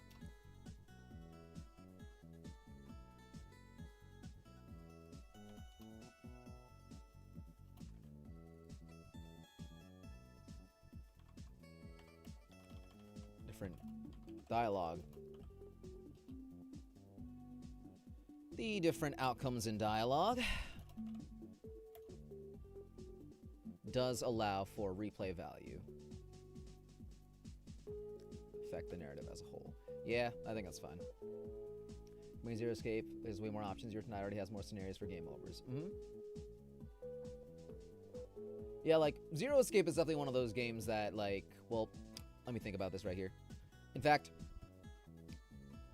when it comes to, like, choice, right? Here's the thing with Zero Escape. Zero Escape is all about branching paths, but each of those branching paths is, like, integral to the overall narrative. So, like, I would say, like, it seems like you're, like, the story will split off in, like, different ways, or, like, you have different outcomes, but it doesn't actually have, like, different outcomes necessarily. Like, every single outcome in Zero Escape is important to, like, the final ending, aka you think you're going off of, like, you know, all different paths, but you're actually technically on, like, one streamlined path. You guys get what I mean? Like, my Zero Escape people probably understand what I mean. Whereas, like, Your Turn to Die, it's like, you know, yeah, you'll have, like, the A path or the B path, but, like, what's important on, like, you know, what happens in A doesn't necessarily affect what happens in B, and, like, assuming the overall final outcome will be different depending on what you did. But, like, for Zero Escape, yeah, no, there is, like, one final ending, and, like, multiple ways to, like, you know, go out, you know, to go about trying to get to that ending at first, but in the end, everything does end at the same place. So it's like, yeah, that in itself is actually, like, the way I would distinct, or, like, you know, yeah, like, you know, distinct, what's the fucking word? I can't think, but yeah, that's the way I would, you know, consider Zero Escape from Your Turn to Die, for example, when in, like, the choice factor, for sure. Game to cross over Your Turn to Die with, what would it be? Well, I guess the idea is, like, just because, like, these characters from a death game would make me think, oh, should I put them in another death game scenario? Or it's like, should I put them in, like, a different genre? Like, Your Turn to Mario Kart. Jindo, how you doing? What's up? We're going through this Your Turn to Die questionnaire. We're trying to answer, like, different things for, like, a thingamabob. And then we're also just been, like, hanging out and chilling, just talking about different things. Like, we were talking about, like, Shonen Jump, for example. Other stuff in general. All that. That could be interesting, LH, yeah. I do wonder if they will have more dolls for sure. I will say, actually, so when it comes to the choice of doll at the end of chapter 3B, right? Your quote-unquote survivor. The way I think they'll go about this is either one of two ways, all right? Either they'll do another one of those recap things like they do like at the beginning of most of these chapters, just like, hey, in chapter 2, did you choose this person or this person? So they could do that for 3B, like, hey, who did you have at the very end? And if it's, well, since you also have the ability to have no one alive, maybe they'll also include that, but I assume you'll have like the choice between one of those three. Or, alternatively, your final survivor at the end won't matter because everyone's gonna survive at the very end. Or there will be a default survivor, and I hope it's, bread, but something like that, blah, blah, blah. Yeah, like, I see it going one of those three ways. Either there's gonna be a default survivor if you go by chapter select, you'll have the ability to choose 1, 2, or 3, or it's not gonna matter because, yeah, everybody lives in the end. Woohoo! Right? Stuff like that. Animal Crossing, net gain by majority. Getting all them dollar bells, y'all. Do. Oh, hey, by the way, I've been playing Animal Crossing on my like I got a second Switch, the Animal Crossing Switch, and I've been playing Animal Crossing on it. I'm currently on version 1.1.0, aka I can probably do that duplication glitch that got patched out real early. So, yeah, fun. But, yeah, I don't know. Really doesn't, like, even if you have all that, like, you know, like, bells upon bells, like, what are you gonna do with them, really, right? Like, I know, like, when I got a bunch of bells, all I was do was just send my friends Pave posters. Like, that's actually a thing. That's how I fucking play. Like, yeah, I don't spend my time making, like, you know, big-ass projects in, like, Animal Crossing, like, my town or whatever. What do? I use all my bells to, like, send people fucking Pave posters. Also, speaking of Pave, if you guys can see him, yo, shouts to his amiibo card. Pave, my man. Pave. Yes, indeed it do. So, what are we doing? Okay, here as a whole. The game will tease the death of certain characters who end up not being in any danger. Which is notable after the fact. Even...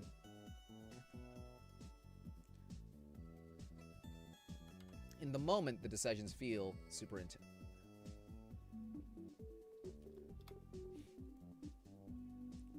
Have weight.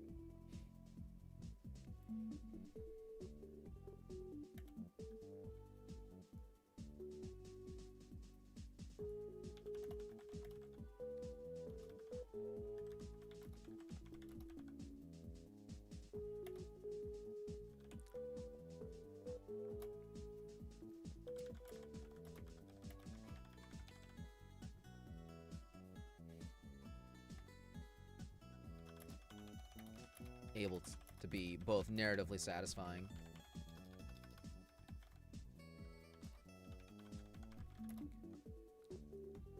That's not how you spell. And emotionally. I need a better word than gripping, man. Grasping. What the f... Gripping synonym. Invested is like a better word. I would actually use like thinking for, yeah, like invested. Engrossing. Actually, that's a really good word because I like alliteration. There you go, something like that. So, don't need this one, and I don't think I need this one. Whoopsies. Chocobo racing. Is your Chocobo Racing like a successful series? Or like, I mean, I assume it's probably more popular in Japan because like, you know, it's all about Mario Kart more or less. Rock Mario Kart or whatever. But like every game has like a base though, so it's like, yeah, we got like a new one coming, I know. Alright, let me reread how this is and then like I hope it's fine. I can like move on to the next question. Let me see. Hello blank, how you doing? Illusion of choice is a term that comes with negative connotations. Telltale games have a negative reputation for relying on it, but in your turn, I'd say it doesn't take away from the overall narrative, especially because your choices can alter the story at specific points. Most of Sarah's dialogue choices will lead to the same outcome, but it's more about how you think Sarah should speak in this scenario. Speak in each scenario, or how you, the player, would react to the situation. The different outcomes in dialogue does allow for replay value, even if it doesn't affect the narrative as a whole. Also, there are things such as like prizes or whatever. I don't need to mention the prizes.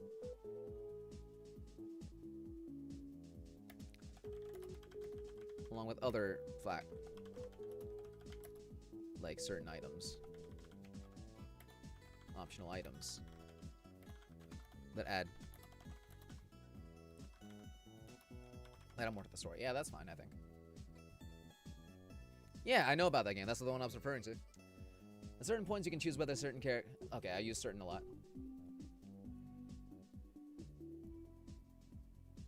Okay, at points, you can choose whether certain characters live or die as you progress the story. While the overall plot is streamlined and the interpersonal connections and contents revealed through your chosen survivors make the experience more tailored to the individual going through it. The game will tease the death of certain character. Oh, I keep using the word certain, man. Individual character who end up not being in any danger, which is notable after the fact. In the moment, the decisions have weight, so even if you're aware of how the game will progress, it still is able to be both narratively satisfying and emotionally engrossing. I think that's fine. I think it works. I think we're good. Sounds good. Awesome. All right, that's 8. 8, 9, 10, 11, 12, 13. So 13, 14, 15, 16, and then final thoughts. And then we'll be done with this questionnaire. Fantastic. Fantastic. For those of you guys who came after the fact, like, you know, before, like, after I already asked the question, let me ask it again. Guys, would you get slapped? Would you want to play a game and or get slapped by this man? The man that's over on the bottom right. Not Botson, but the lesser man. What do you think? Yeah, and, like, that's the thing also, yeah, like, dialogue choices in most games doesn't, like, it's not a thing that's only present in Your Turn to Die. That's the thing that's present in most games. Like, you could argue then that like, maybe Your Turn to Die actually might do it better than most games, just because, like, yeah, you know, like, this isn't something you can only, like, knock, like, a Your Turn to Die hater might, like, try to, like, you know, use that against the game, but, you know, it's like, that's something that's just present in fucking just games in general. That's just a, you know, general part of game design, man. You know who that guy is? He's a guy in a nice suit. He looks like he's 20 when he's actually 40, and he likes playing games and slapping people. That's all you need to know. Maybe just once? Mm-hmm. Cool. Okay, so what the fuck are we doing? Alright, so standing out, making unique. Okay, now I can flesh this thought out. Let's go. Impact on me is going to be talking about, like, community stuff, how I was able to meme a lot of things into, not existence, but just, like, meme a lot of things into more, word here is not mainstream, but you guys know what I mean. Ooh, Pokemon Insurgents, fancy. Carl from Jimmy Neutron, fancy. What the? Tomorrow is my... I don't know if Bayonetta music is copyrighted. I like to play Bayonetta music, though. Break the Targets is good. Let's, what are some songs I haven't heard in, like, the longest time? Mega Man 9. Let's go. Let's go, Mega Mans. This is a bump along. Here we go. That's how you do it. Let's go. Alright, so standing out and making unique.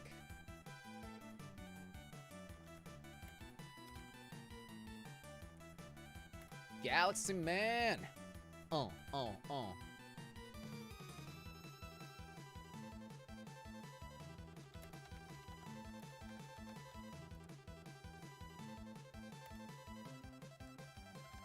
already seen it.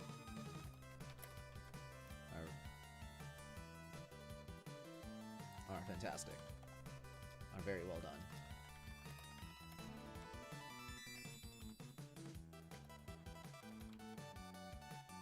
Would I use the word iconic here?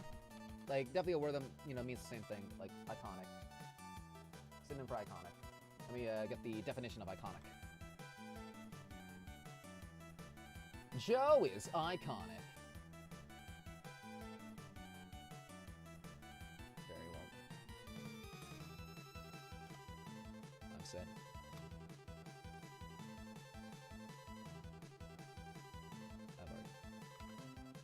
I've already stated. Here's like a random thing that like I do sometimes take into account when writing, guys. Like, how many times when you're writing, you know, you want to express it in one way, like you want to express it as like let's say you're trying to gush or like say why something is like really good, but then you read it back and it either sounds like passive aggressive or you sound like a dick when you're saying it, like, you know, and like it all comes down to word choice for sure. Then just, yeah, that's like a general thing. That's just something I try to keep into account. Like, I think like more so what it is like, you know, you're trying to say something in a more like personable way, but then you read it back and then it sounds like very robotic and very like quote unquote professional. Like, I think most of us hate when, like, I don't know, like you're looking, let's say you're not in trouble, but just someone's like someone's trying to tell you something, but they like speak in a very like robotic or like very like, you know, non-personable way, you know, like they're speaking like, you know, they're like one of those like telemarketers or people who are like, you know, just trying to make, you know, make themselves sound more professional than they actually are, and like stuff like that. When, you know, it's better just, you know, try and convey things or just talk like a normal fucking person would, I guess. And I don't know, maybe that's just something not a lot of people keep in mind, especially if they're like trying to not like make friends with people, but just like, you know, yeah, just like, yeah. I think you'll get a lot more done, or like you'll get a lot more across or whatever if you speak to people like people rather than like trying to talk down to them like they're not like a customer, but just like talk down to them like you know, like you're an official or some shit like that. I don't know, but you guys know what I mean, of course, right? I would assume. Going to bed. Peace out, Normal. Thanks for coming out.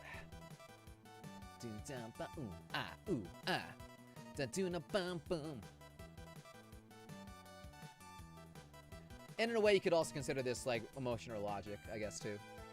There's time for logic, there's time for emotion. And, you know.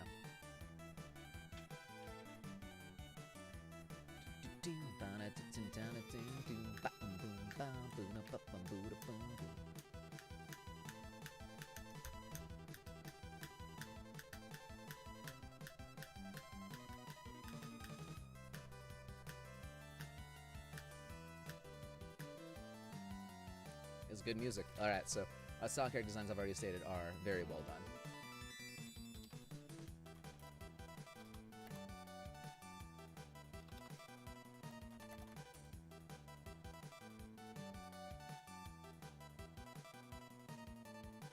Let's see.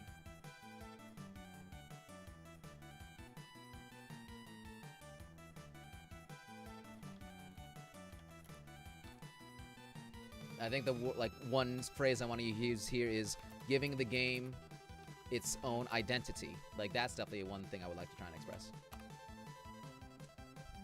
Distinctive for a descriptor? I might have used distinctive in one of these. Distinct. That's not Dinkelberg. Yeah, stand out, distinct from one another. Like I've used some of these words already.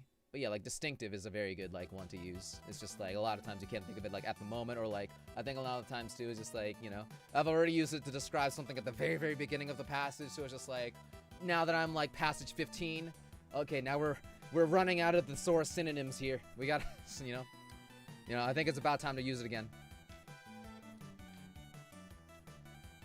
But thank you for the suggestion though, yo. I do appreciate that.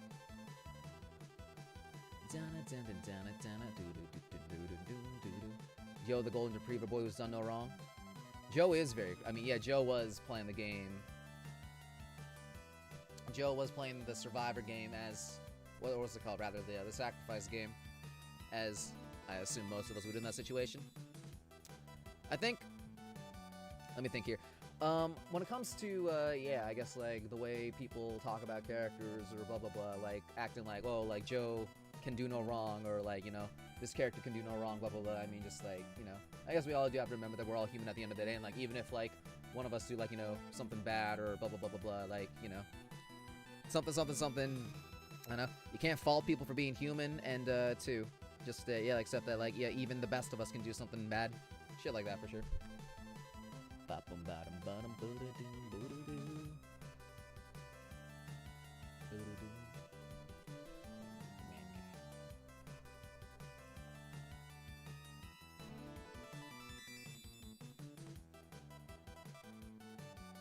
Main game.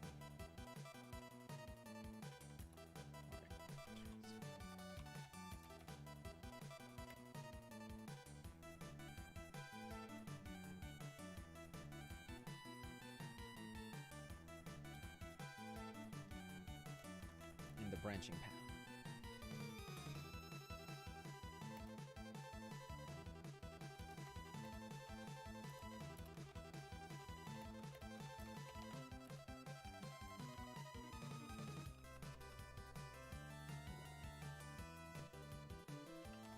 At the start. Okay. I would say, okay, what the fuck are we doing now? Bubble crab is good. We love Burning Town. Here we go. Here's a good one, actually. Of course. Why not? We don't like memory dance. How about this dance?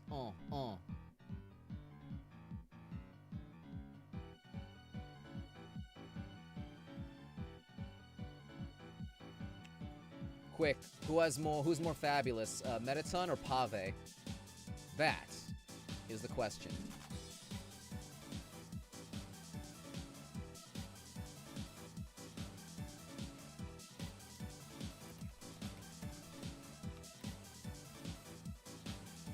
Just in general.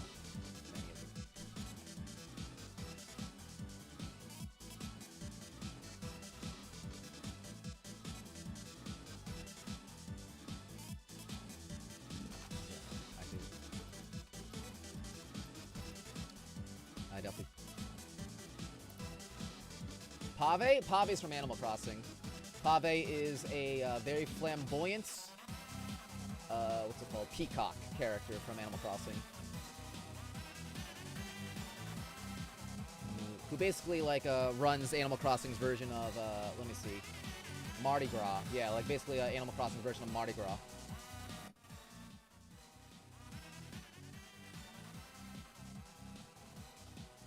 Oh, you know what we gotta play? This is the one. Oh, yeah! And then you get the motherfucker. And then this starts playing. What the f... Here we go. Like this. There you go. That's how you do it. Oh.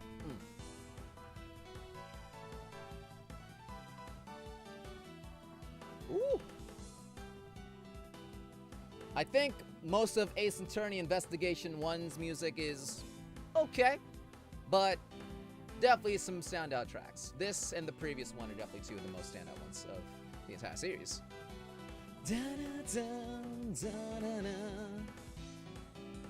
Oh yeah.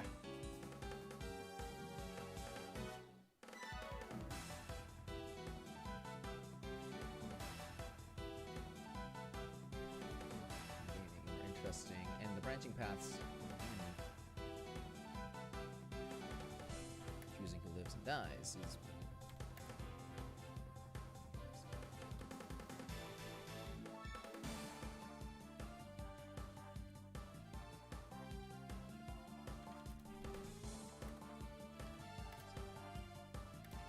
amongst.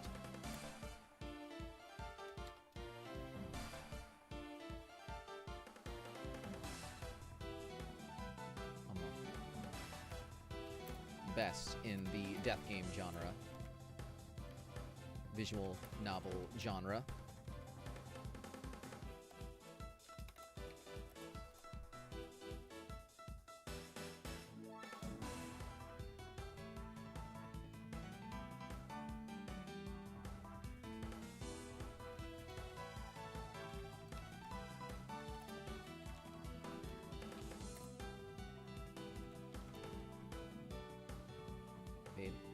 Made by Nike. That's an okay final sentence. I'll just go with it.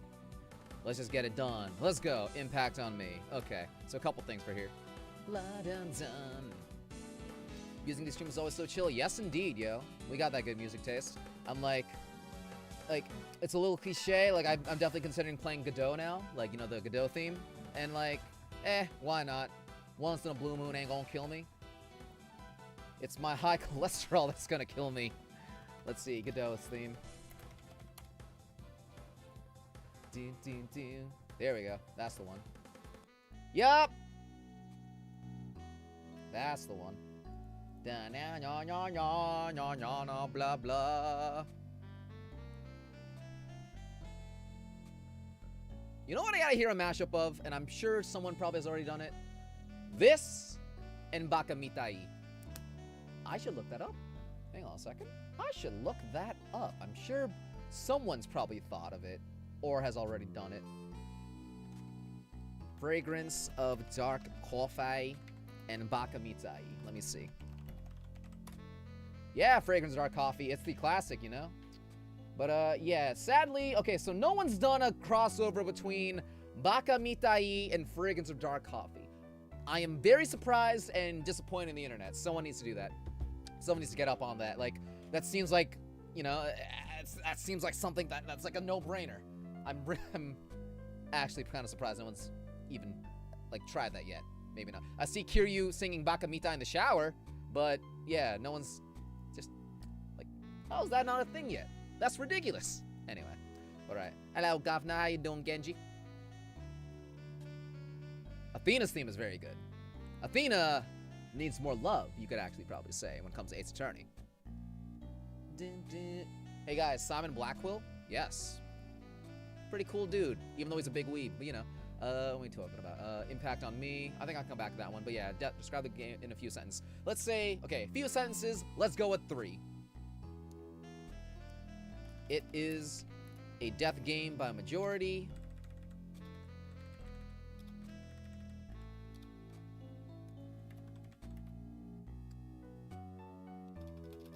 Among the best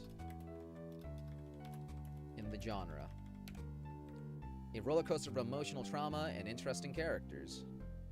With many twists and turns within. Like, I don't want to sound like fucking, I don't know. Just insert random review site, generic sounding ass review site here. Fictional characters. Like, there's a very specific way that, like, you know, most, I don't want to generalize, but you know, so like, they're just, you know, the stereotypical way that like reviewers speak or write or talk and stuff like that. And it's like, ugh, I don't want to. It just sounds hokey. I don't want to be like that. You know. But it almost sometimes feels like you kind of got to, or whatever.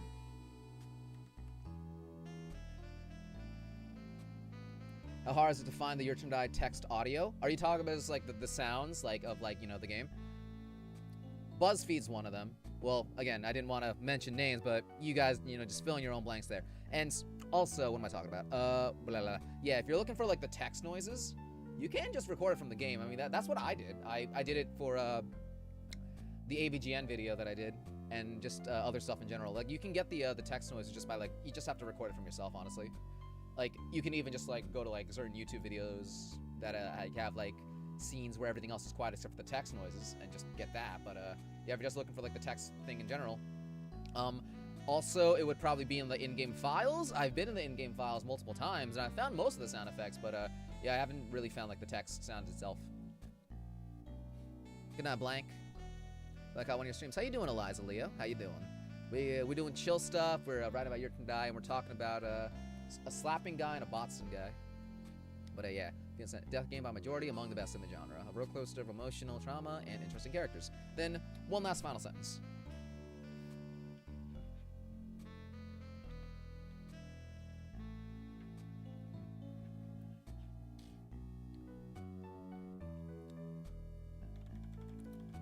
Free to play, and definitely worth checking out. Yeah, sound files are all in there as well, known to record. Do you guys, what's the name of the text file, like the text tone sound effect for Your Turn to Die? Because yeah, like everything obviously should be in the files, and I have looked multiple times, might have missed it. If anyone knows what it is specifically, just for like future reference, do let me know. But yeah, like I have it on hand just in general, and all of us should.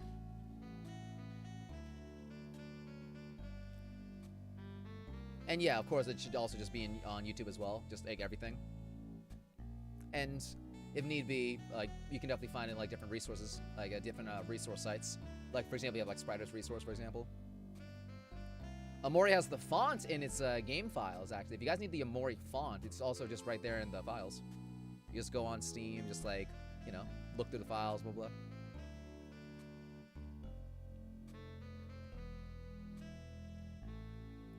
You're not smart enough for that? Well, when it comes to that, I mean, hey, YouTube tutorials are your friend. Get someone to walk you through it. Just ask someone on my Discord, for example, or even like Your Turn Dies, of course, something. Just say, yeah, it's pretty easy to figure out. It's very intuitive. It's very intuitive. Also, give yourself more credit. You can definitely figure it out. Like, I was able to figure it out. I'm a fucking dumbass, so, you know. Free to play, and definitely free to play.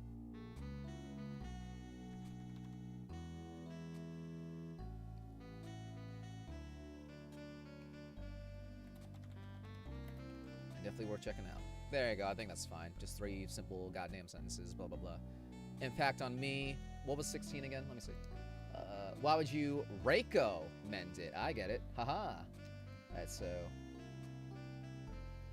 I will say for a lot of these questions, like, there are a lot of them that kind of are very similar to the point where I do end up sort of just saying the same thing over and over again. Or, you know, just kind of expressing similar sentiments. So, yeah, that's why I'm always trying to, like, rack my brain to find out something new. Right? I can't just keep saying it's good, it's good, it's good, it's good, you know? Like, I gotta find different ways to convey this message.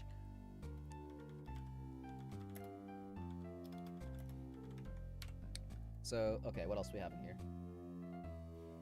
Yeah, fandom is chill, cursed, and or wholesome. We came to... Yeah, that's cool. Yep.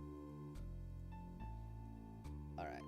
So, I'll just copy impasto and just, like, work through this. Blue blah. Alright, so... Recommended why. Writing songs based on your tonight, it's kind of fun. Cool, yo. Like, are you using GarageBand? Because, you know, of like the whole thing with GarageBand and your tonight's music, or are you like making music or based on your tonight? Okay, songs based on. I see.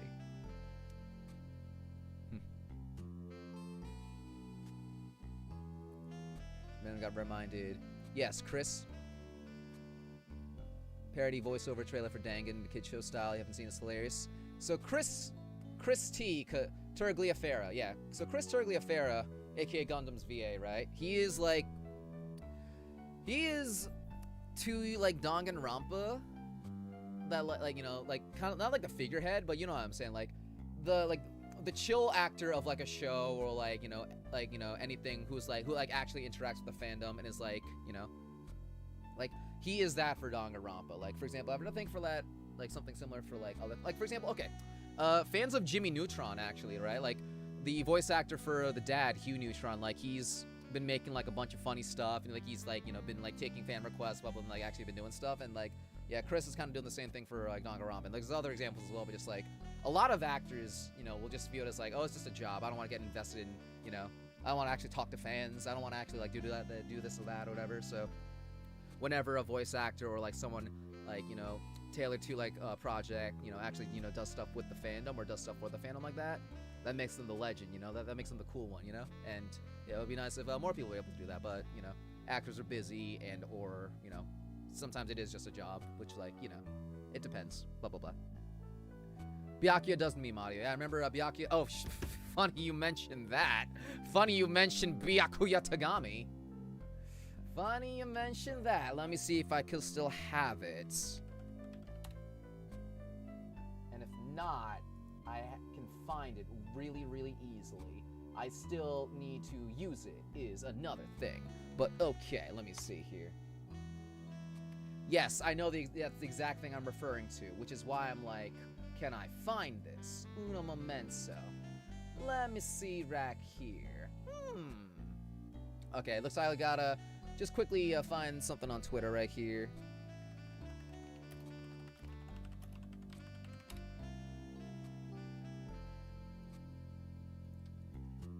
And yeah, it's gonna be used in a video or something going forward, blah blah blah. It's not Togami Poggers, got the fucking... Yeah, where is his VA? Iridium Studios, that's the one. Okay, so let me... Iridium Studios. That's Byakuya Tagami man's Twitter. Okay. Okay. That's the one. Okay, so it's KGO.mp3. That's the one. Okay, found it. Okay, folks. Yeah, funny thing about Byakuya Tagami. Let me see here. Working on it. My computer sucks. All right, yeah, good to know. Might just have to go from fucking Twitter. All right, guess we're going from Twitter because, yep, things are slow and shitty. Sounds good. Okay, thank you for nothing, computer. Fantastic. Okay. Yep. In fact, it was, yeah, last year where this occurred. So, let me see here. Yep. Yep. Okay. There we go. Alright, yeah. Alright, folks, take a listen to this. Subscribe to KGOKev. He is my favorite YouTuber and does not suck eggs. Why, thank you, good sir. Oh, what a nice guy. What a nice guy this Byakuya Tagami man is. He's got legs for days. His legs go from here to Yaya as well. That's a bonus, though. But anyway, what a nice guy. What a nice sentiment. What a good guy. Thank you, Fo. Peace out. Da-na-na-na-na. Good old Byakuya. What a nice guy, you know? I mean, he's like... Has this man done anything to perturb anyone? I don't think so. I wouldn't say so. But anyway. Okay. What are we doing? Also, we can probably go keep streaming for like maybe like another hour or so. I did say probably at midnight we'll end up. But yeah. Let me see. Byakuya... Oh, of course Byakuya has class and taste. He's Byakuya Tagami. Only the best, right? Something like that. It's how we do. Do. So what else we doing? Yes, okay, cool. Recommended. Why? Let's see. The game.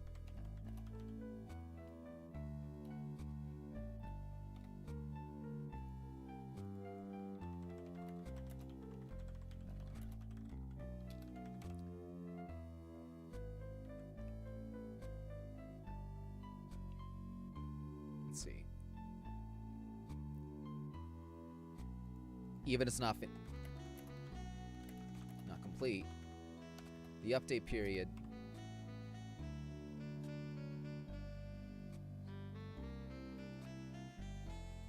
for each chapter release allows for theory crafting and fan art key scenes from the latest chapter, and builds hype for the next one rather than just coming out and then being forgotten about.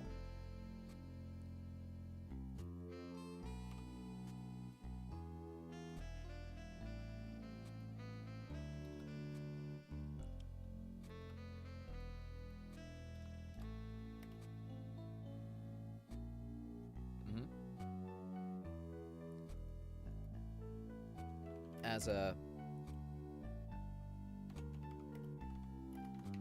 Rampa at first. Not at first, but like, what's the word? Going into YttD, it gives me what it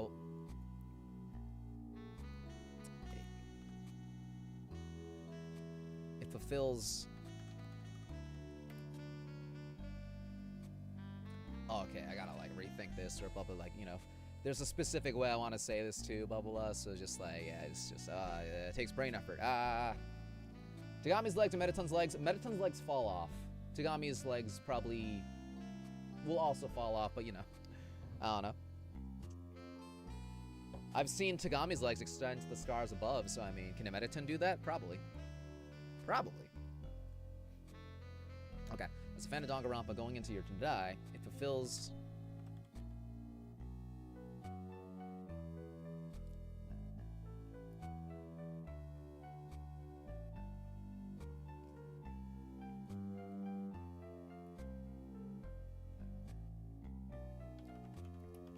as well as many things better.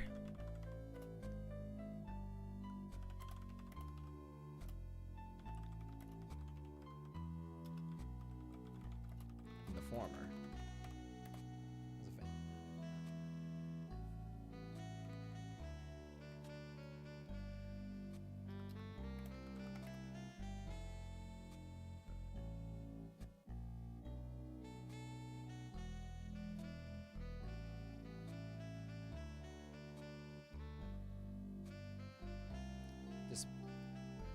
Disappointing / lacking in the former.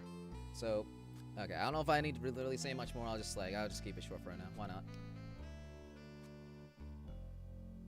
Ruining your grades? Yeah, it's like, it's fun though, right? Like, it's fun. It just, but yeah, like you say, your fun levels go up and then your grades go down. It's just like, gotta get that Thanos balance. You know what I mean? That Thanos balance. Hello, Egg. How you doing? What's up?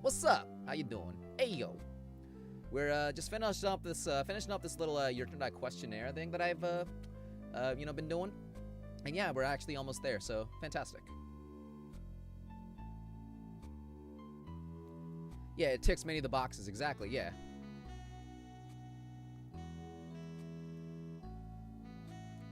Narratively and character-wise,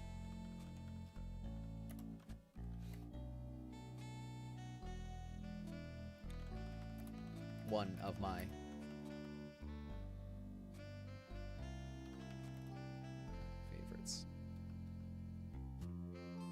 sure. Narratively and character-wise, it's become one of my favorites for sure. As a fun going into Dawn, it does be found lacking in the former. So, I recommend other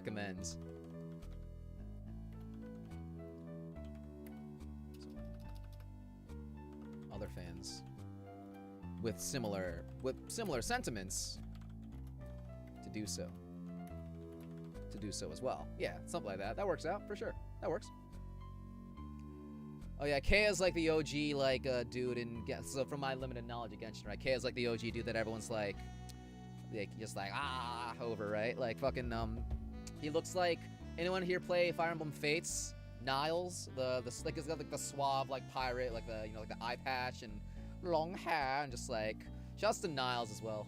I remember his main voice line from Fire Emblem was like, "Oh yes," and all like seductive and sultry sound is like, "Oh lordy, Mr. Niles, you're trying to seduce me, aren't you?" Something like that. Okay. Welcome back, D's Nuts. How you doing? Fandom is chill. The fandom is great. The fandom is chill, curse, and wholesome all at the same time.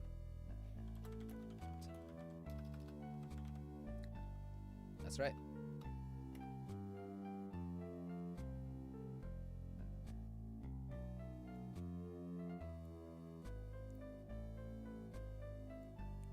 The game.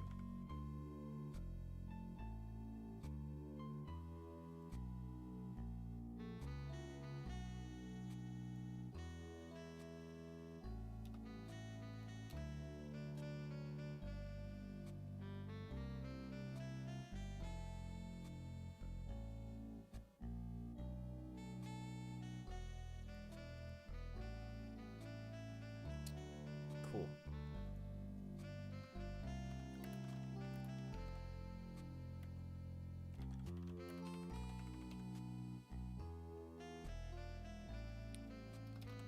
Even longer. Anticipated. The man always delivers. Quality. Quantity. Each time.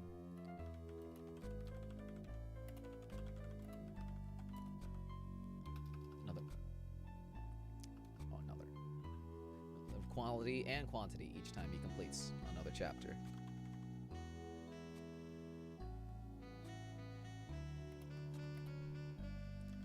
Hopefully the game will achieve the overall success that it deserves. I guess, I don't know, like, yeah, that works. Fuck it. I'm a terrible writer.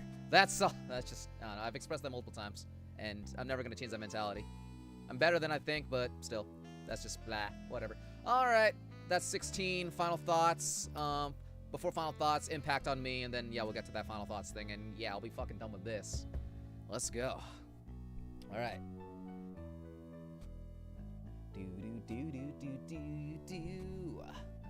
Speaking of impact, right? Okay, the impact on me. Let me see here.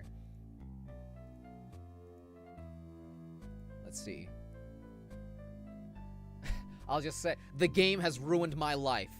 Period, right? But, okay. Let's see.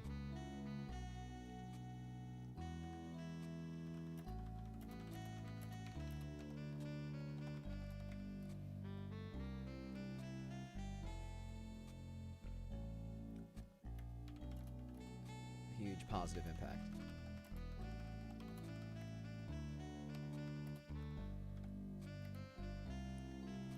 On my... Ruin my life in the best way possible. Yeah, like, honestly, I think that's actually more what I was trying to express. Yeah, like, on my YouTube channel. And has also ruined my life. But in the best way possible. Like, yeah, literally like that. What else is there? Like, let me see here. Hey, Blood, how's it going? We're answering a questionnaire for YttD. It seems like, yeah, chat's talk about Genshin Impact. Listen to the coffee song. Yeah, just, how you doing? We just chilling. I was, like, really bored as well, like, before getting into this, but now that, like, also as a person, too, like, I've also had, like, struggle, like, sitting down and writing stuff, but, hey, now we're, like, just, hey, this also forced me to sit down and write it, too, and, like, yeah, there we go. Let's do it. Play some Knuckles music, maybe. Let's play this copyright-free song, quote-unquote, that you guys have probably heard in a bunch of shit already. Definitely those, like, you know, like, Reddit recap type things. Why not? Donna, Donna.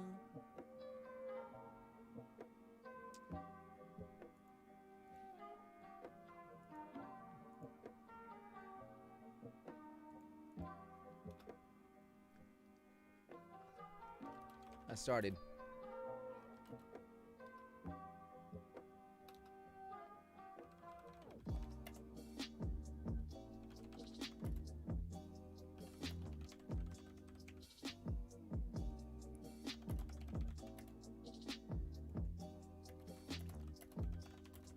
Never really.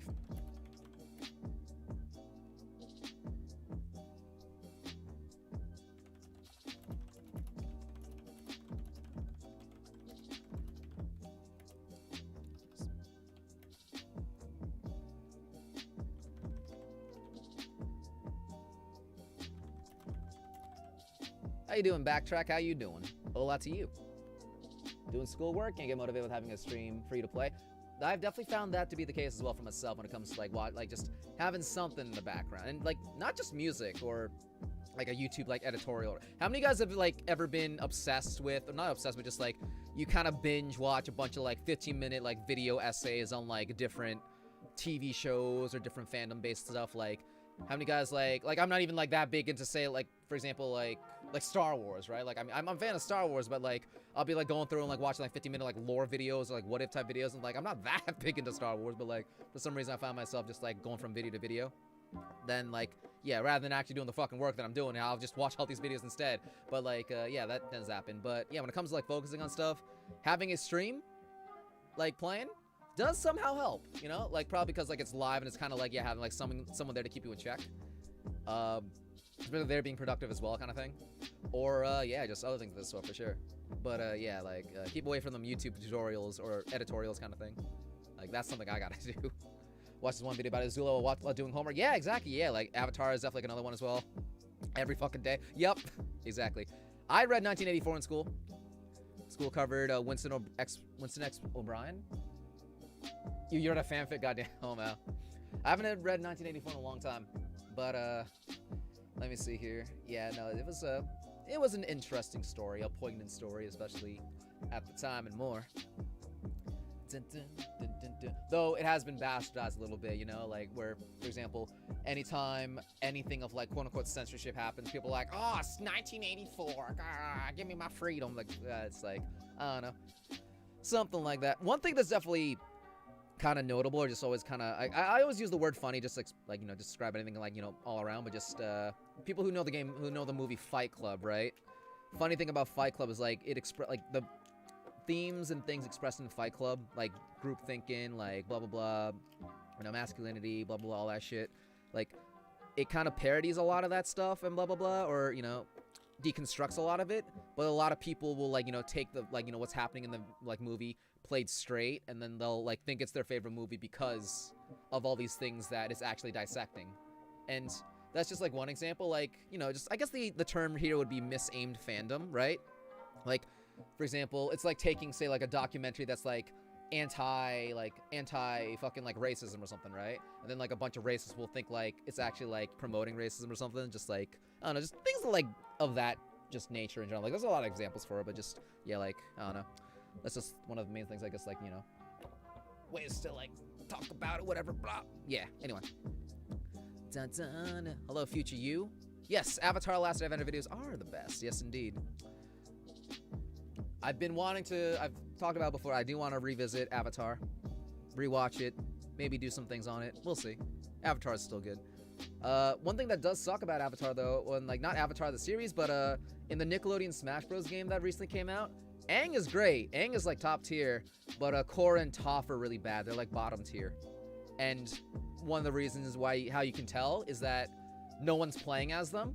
Like, you know, I assume most people who bought the Nickelodeon All-Stars game wants to play as the Avatar characters, of course, or just in general. Like, most people would want to gravitate towards the Avatar characters, but because they suck, like, you're not seeing any of them online. Like, even if they were, like, mid-tier, you would see people playing as them. Just, you know, they'll try to make them work. But because they're, like, that bad or something like that, like, that's why you don't see any of them, even though they're, like, Avatar.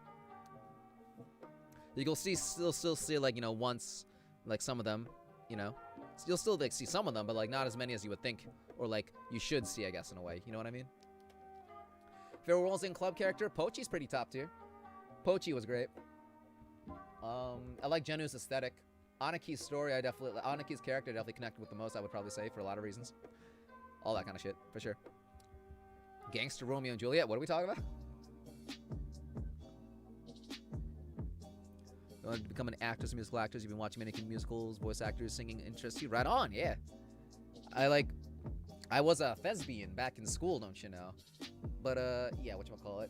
Oh, shit. Book of Mormon, actually, is coming back to, is actually going to be playing in the, you know, New York, like, November. I'm somewhat interested in, like, going to see it, because Book of Mormon's a very good show. And, yeah, Genu is definitely, I mean, yeah, Genu. Oh, shoot, my camera. 1 second, folks. I assume you guys can still hear me, but, yeah. The world's gone dark once again. Oh, God, something like that. 1 second. We can fix it. I think it's, let me turn the air conditioner on, actually, probably, because, like, I don't think the camera's overheating. Like, it's not on fire, but it's probably maybe, like, blah, blah, blah, whatever. Like, it's getting cold out here. I don't know why it's doing that, but alright. It's getting colder, and yet, like, it's, I don't know. Who cares? Blah, blah, blah. Let me try and fix it. Turn on camera. You can do it. Or maybe, oh, wait. I know why. It's because I'm using the portable battery, that's why. It just ran out of power, that's why. Okay. You guys can still hear me, I assume. But, okay, yeah, no wonder. Yeah, I was using the portable battery when I should be using this one, the fucking wired one. No wonder. Yeah, like, something. Yeah, there you go, now it's back on. Or, like, it is here, I just gotta, like, re-edit it. But, yeah. Yeah, I was gonna use it for, like, you know, cosplay photos and stuff when I was going to fucking New York Comic Con. So, of course, you gotta use the portable battery. I never switched it, that's why. So, there you go, we're good again. There we go. Yuki? Oh, yeah, I forgot about Yuki. Yuki is great. Yuki is a lot of fun. Yuki was a lot of fun. And, man. And I think in retrospect, I did have fun with Pi.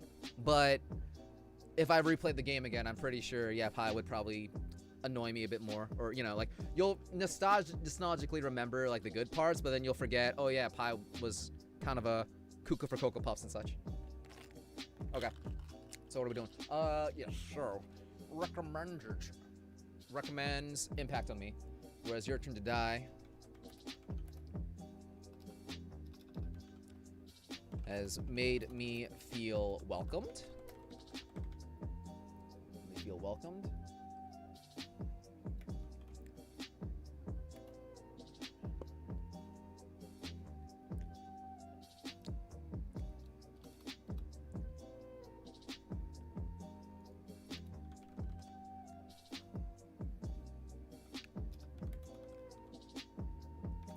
Also, arguably, had a hand, and I don't even know if it's arguably, but would you guys say I've definitely had a hand in, you know, kickstarting or impacting the Your Turn to Die fandom in one way or another?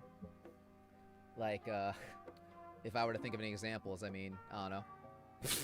I don't think Botson would be nearly as popular if not for me. That's definitely one fucking thing. But, yeah, Joe Mama, PB69, Winky Face, British Rum Maru, Sand, etc.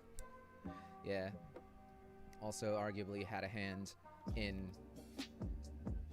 What's the word? I don't know if, like, I would want to use the word kickstarting. Yes. Okay. Yeah, definitely a lot of respects. Thank you, Botson. Okay, well, we gotta conclude Botson this, obviously, too, right? So... Kickstart synonym.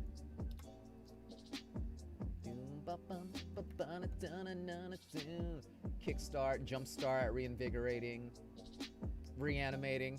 Where are all these, like, fucking, what's with all these, like, fucking mage wizard type like necromancy type like words we got going on here, right? Reinvigorate, revitalize, regenerate.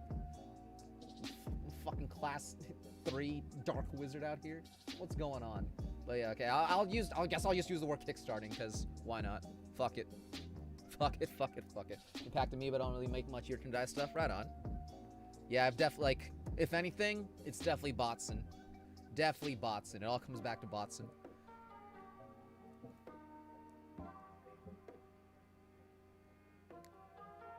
Also, I've also definitely had a hand.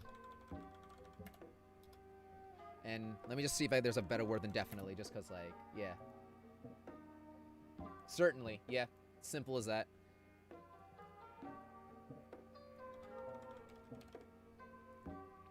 Hand in.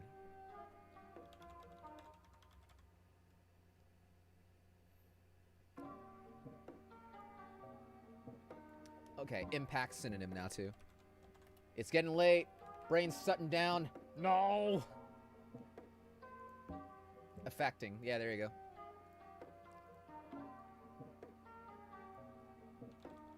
Affected. Is that the right effect? Is it E or A? I'm pretty sure it's A. Okay, certainly affected.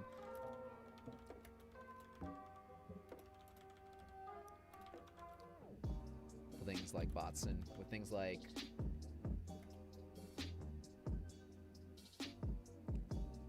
certain voices I do.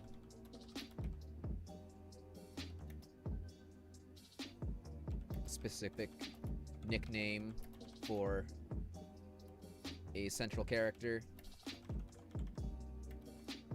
Or my devotion.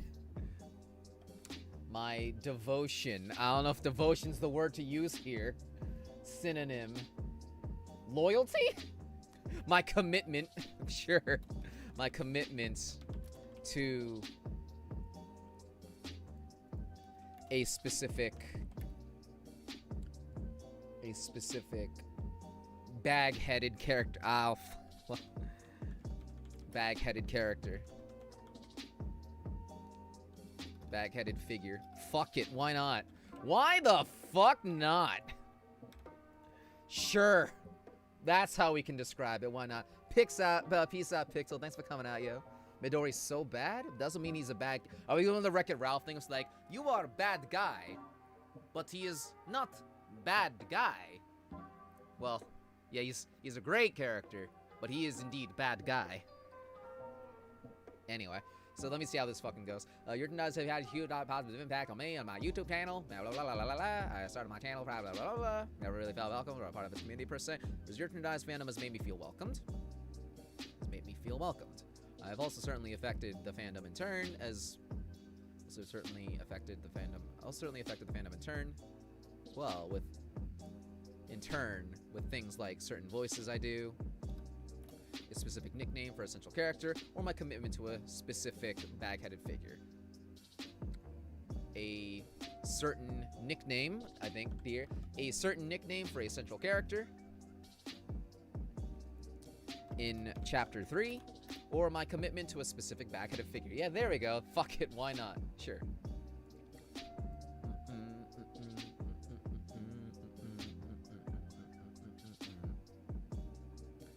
I've met a lot of great people through discovering through the series, through getting invested in the series, and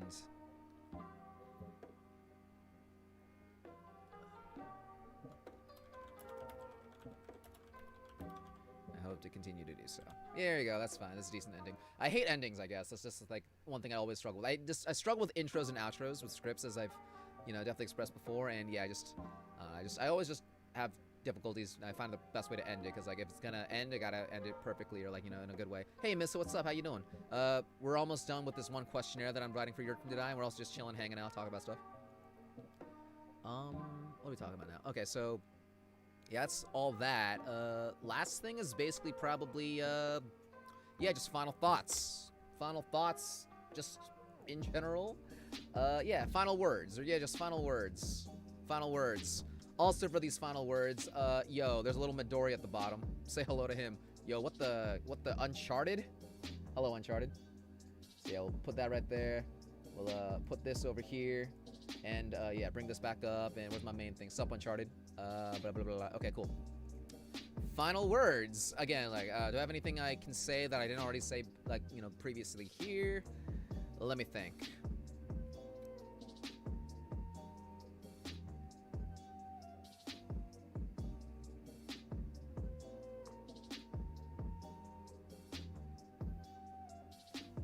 What are some final words I would say? I don't know. Well, actually, I have an idea, because, yeah, I got one thing at least to say. Thank you for reaching out. Answer these questions.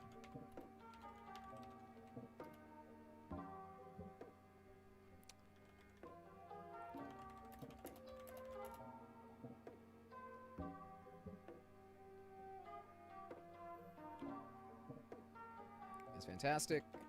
And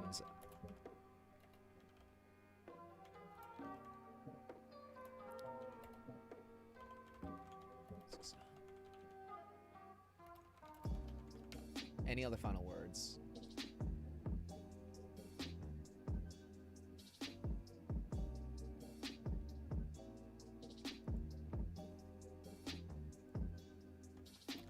Hope you're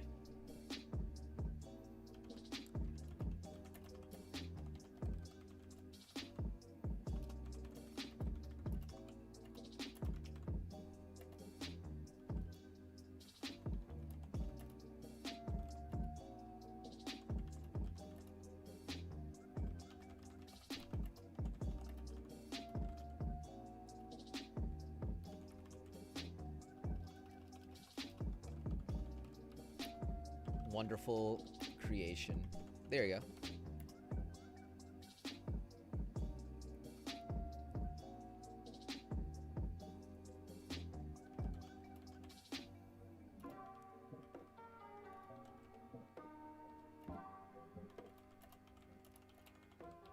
Thank you. Again, I hate the way I write, but I just gotta accept it, man, I guess. Otaku-chan, how you doing? Howdy to yourself. What's up? We're writing a thing for your tonight questionnaire. I think I'm basically good. Let me just go back through and just make sure what we wrote is legible and able to be, you know, submitted. So let me see. All right, Illusion of Choice. Let's get a. I do like the song. Man, I think I want to keep it. Blah, blah, blah, blah, maybe.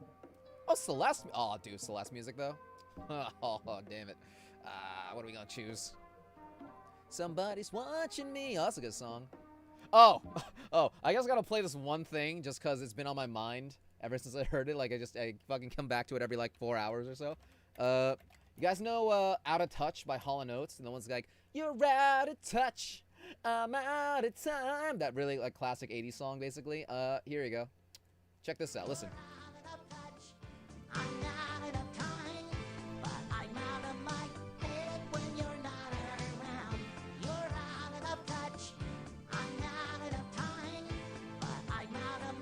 Head when you're not around. Let's go, SpongeBob.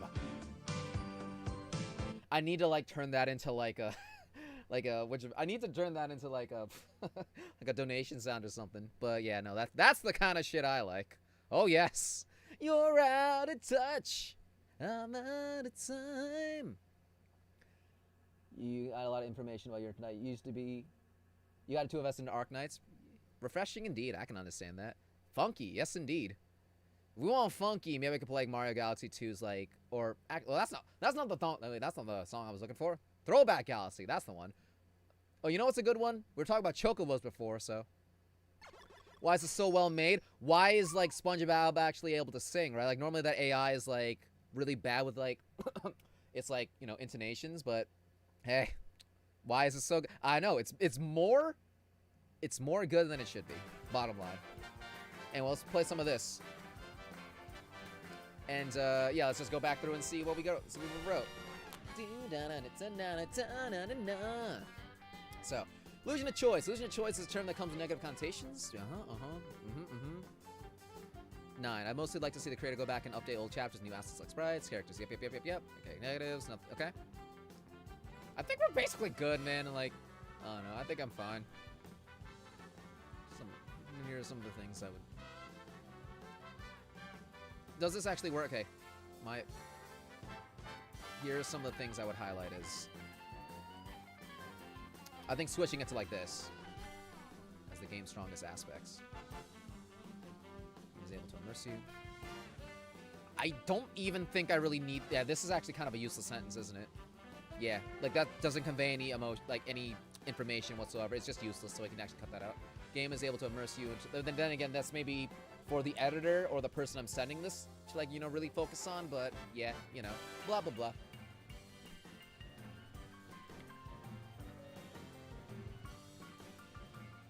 Yeah, like I guess a tip for anyone who wants to be like a better writer or anything like that, just I guess go about writing your sentences with the intention that any sentence that you're gonna write actually, you know, will, like, one, include substance and will convey information rather than just, like, you know, kind of stagnating it or just not, like, you know, really saying anything at all.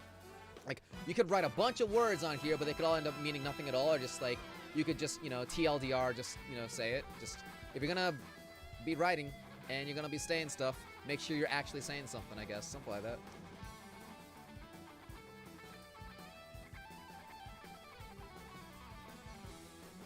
KG is scared to death, yeah. And,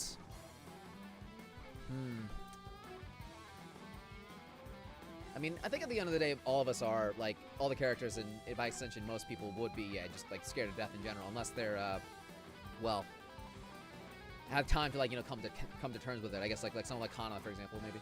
But yeah, let me take a huge impact on me. Or maybe it's also like a maturity thing too, right? Where, like, as a kid, like, Kana doesn't really understand what it means to, like, you know, not like live or die, but, you know, something like that. Whereas, like, Keiji's just like, I mean, he's had the experience that time. He's older, so he has, like, more adult fears and such. More of a mature way of, like, looking at it and stuff like that. Trying to do something simple sense. I think it's fine. Okay, cool. I'm gonna send this over to my my friend / like the person who told me to, you know, who scouted me for this, and yeah, I'll send it over. Fuck yeah, let's do it. So funky. I want to die. Yeah. What the? All right. Interview. What parts of the game would you want me to write songs about? Not sure what parts are important enough to put in the effort. So, all right, Eliza. I'll just throw out some ideas from YttD, like things I would consider iconic. Ready? All right. So Hiyori in the first main game, like, finally just, like, cutting loose and be all, like, you know, revealing his, like, you know, just like, what am I call it? So Hiyori doing the not so, like, his first, like, you know, thing of acting all crazy. Let's see here. Choosing to push or don't push Reiko. The banquet from chapter 3. KG versus Midori, and coffin stuff in general. Let me see here. You definitely can't go wrong with anything involving, like, main games or any of the deaths, of course. Let's see. Gin hugging Sarah after she fought Hallucination Joe. Joe in general.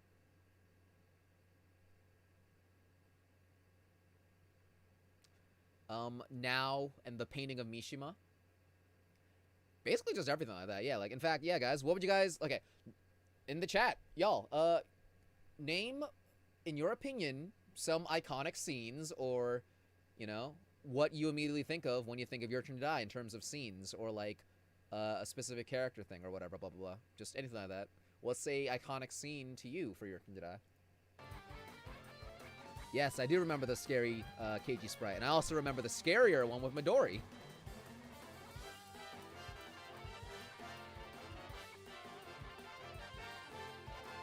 Yes, writing is very hard indeed, and I've expressed that as well. D's nuts, where it's like, yo, you can, like, I think a lot of times it comes down to also the environment you're in, or just things like that in general. Because like you guys know, for example, shower thoughts, right? Like the whole thing where like, you know, you put yourself in the like some of your best writing or like things like that in general can come when like you're in the shower, because it's like it gives you time to like literally focus without like, you know, that much outside just, you know, bullshit, affecting your thought process. I definitely think I'm a lot more eloquent and able to express myself better when I'm like alone, or like here's the fucked up thing sometimes, right? Like your best stuff comes at like times or in like, you know, environments where you're not able to readily express them outwardly or write them down per se, right?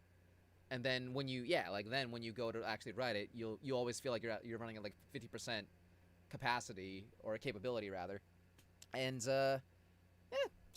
that's just an unfortunate thing. Like, I guess one thing to think about is like, hey, if it's not working out for you this way, like as it is, like you feel like you're not hitting your overall potential, like you're not working at your best, how can you achieve your best, right? Like that's definitely something to maybe think about if like, you know, just it's definitely like something to like that's like causing concern kind of thing, and that's an advice I should, you know, I'm actually trying to take myself in many respects. Let's play some Sonic Unleashed music actually. Yes, second half of 2-2's main game is very, very good. And definitely very iconic, especially when that fucking music kicks in, you know. Y'all know Seam. That one indeed.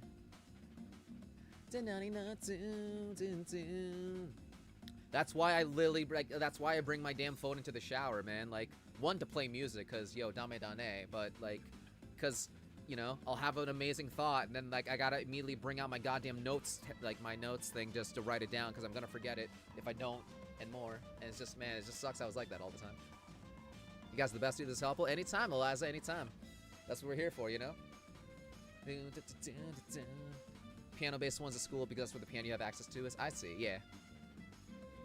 Well, I'm sure maybe, like, I mean, you could get, like, a piano app on your phone, for example, maybe. Or, like, I'm sure, for example, like, if you just need to play, like, a keyboard, there's, like, you could go, like, on, like, an online keyboard site and just, like, play the keyboard or whatever. Or, you know, like, what's it called? Like, those digital keyboards that people always use to, like, you know, make, like, for example, remixes and stuff. You know, rather than just, like, the physical one in front, like, you know, physical one, whatever, maybe.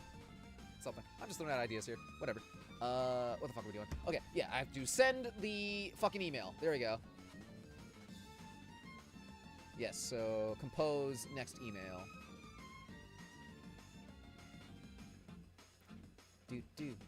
What is it? Okay, so I gotta get this, whatchamacallit? Reply. What the fuck? Okay, so copy this, please. Copy the email address. There we go. Shit. Alright. There we go.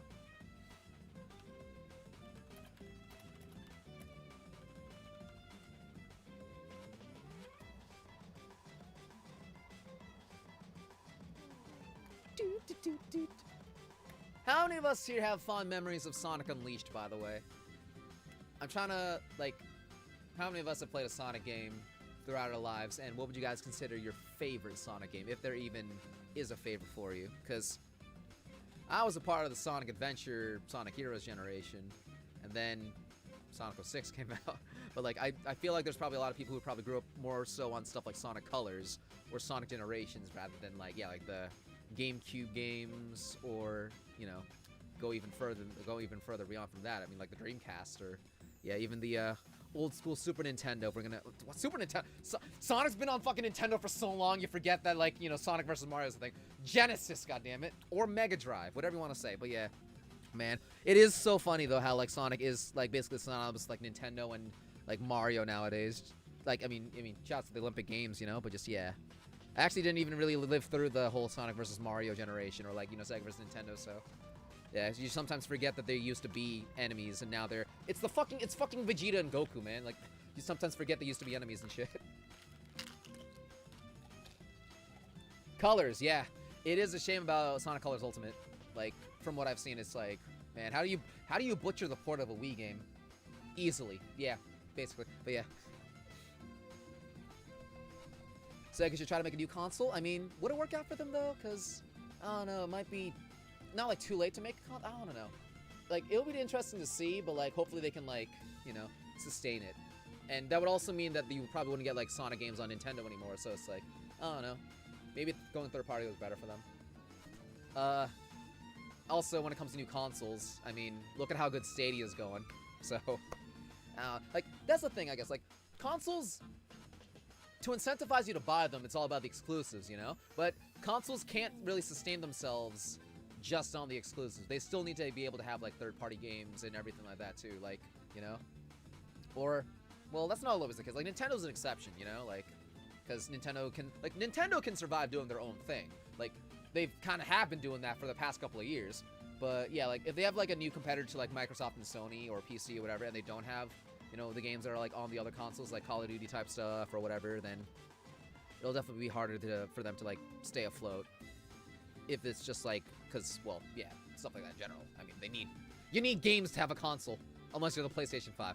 I don't know. Something like that. Sonic vs. Mario is like Caramel Dance that's never dead. Never dead, but maybe like takes on new forms. Like, yeah, like it takes on new forms kind of thing, you know? Or like it'll get like rediscovery kind of thing. Reigniting the old flames of the rivalry or something. Like Sonic and Mario, you could say are still rivals, but again, it's the fucking Vegeta Goku thing where like they're more friendly rivals now. Or they're like Naruto and Sasuke, and like they make out. I don't know, but god damn it. Like they fought each other very violently, and now they're like here's the thing that's fucking stupid about. Well, I don't know if it's stupid. It is stupid, but yeah, Boruto, Orochimaru, horrible fucking person, man. Horrible individual. He's comic relief in Boruto. Like, they let him do his own thing, even though, you know, those things involve, like, human experimentation, kidnapping children, and the like. But, hey, whatever. That's okay. He helped us save the world. He's okay, right? Sure. Something like that. Okay. Send my questions over to the person, and then, yeah, then we can keep talking about how, like, Boruto is, something or other. Anyway, what are we doing? Yeah. Okay, this should be good. 14, there we go. Yes, PS4 is great. There's a lot of great exclusives. That's true. In fact, yeah, like I've always been mostly a Nintendo and Sony guy. I used to, like, I've always been Nintendo and Sony myself. Though, yeah, since like 2017 or just like, as I guess, yeah, more recent years, I've like I didn't have like a 360 growing up, but like I went back and like got myself a 360, and like there's a lot, and like, you know, saw what I missed, and I missed, like, you know, every console has like its, you know, every console has its merits and things that, you know, that are worthwhile, just bottom line for sure, you know. You had a crush on Orochimaru in like 4th grade? Well, I mean, hey, snake men, right? I don't know, snake people, right? Something like that. Hey, Sabrina likes Loki, but then again, I mean, oh, no, okay, Loki is a better person than Orochimaru. I can definitely say that for sure, I would say. Like, what do you guys think? Who do you guys think would make a better boyfriend? Fuck it, why not? Who's a better boyfriend, Loki from the MCU or Orochimaru from Naruto? I feel like we'll all probably, you know, go the direction that I think it should probably go. This question should probably go, but hey, I don't know. Either way.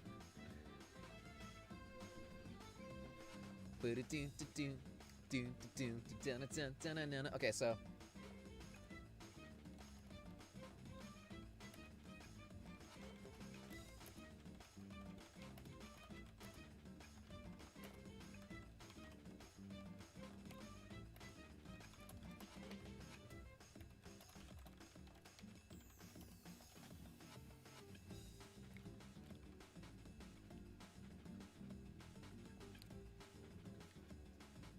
all right, sending it over.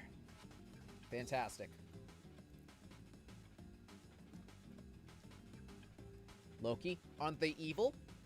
Orochimaru, like, they're evil, but they've, like, quote-unquote redeemed themselves. Maybe they're anti-villains if they can even, like, well, I don't know. I'll definitely say that Loki is a better person than, like, Orochimaru, but, like, it's by, like, this much, you know? So it's just, like, better? You know.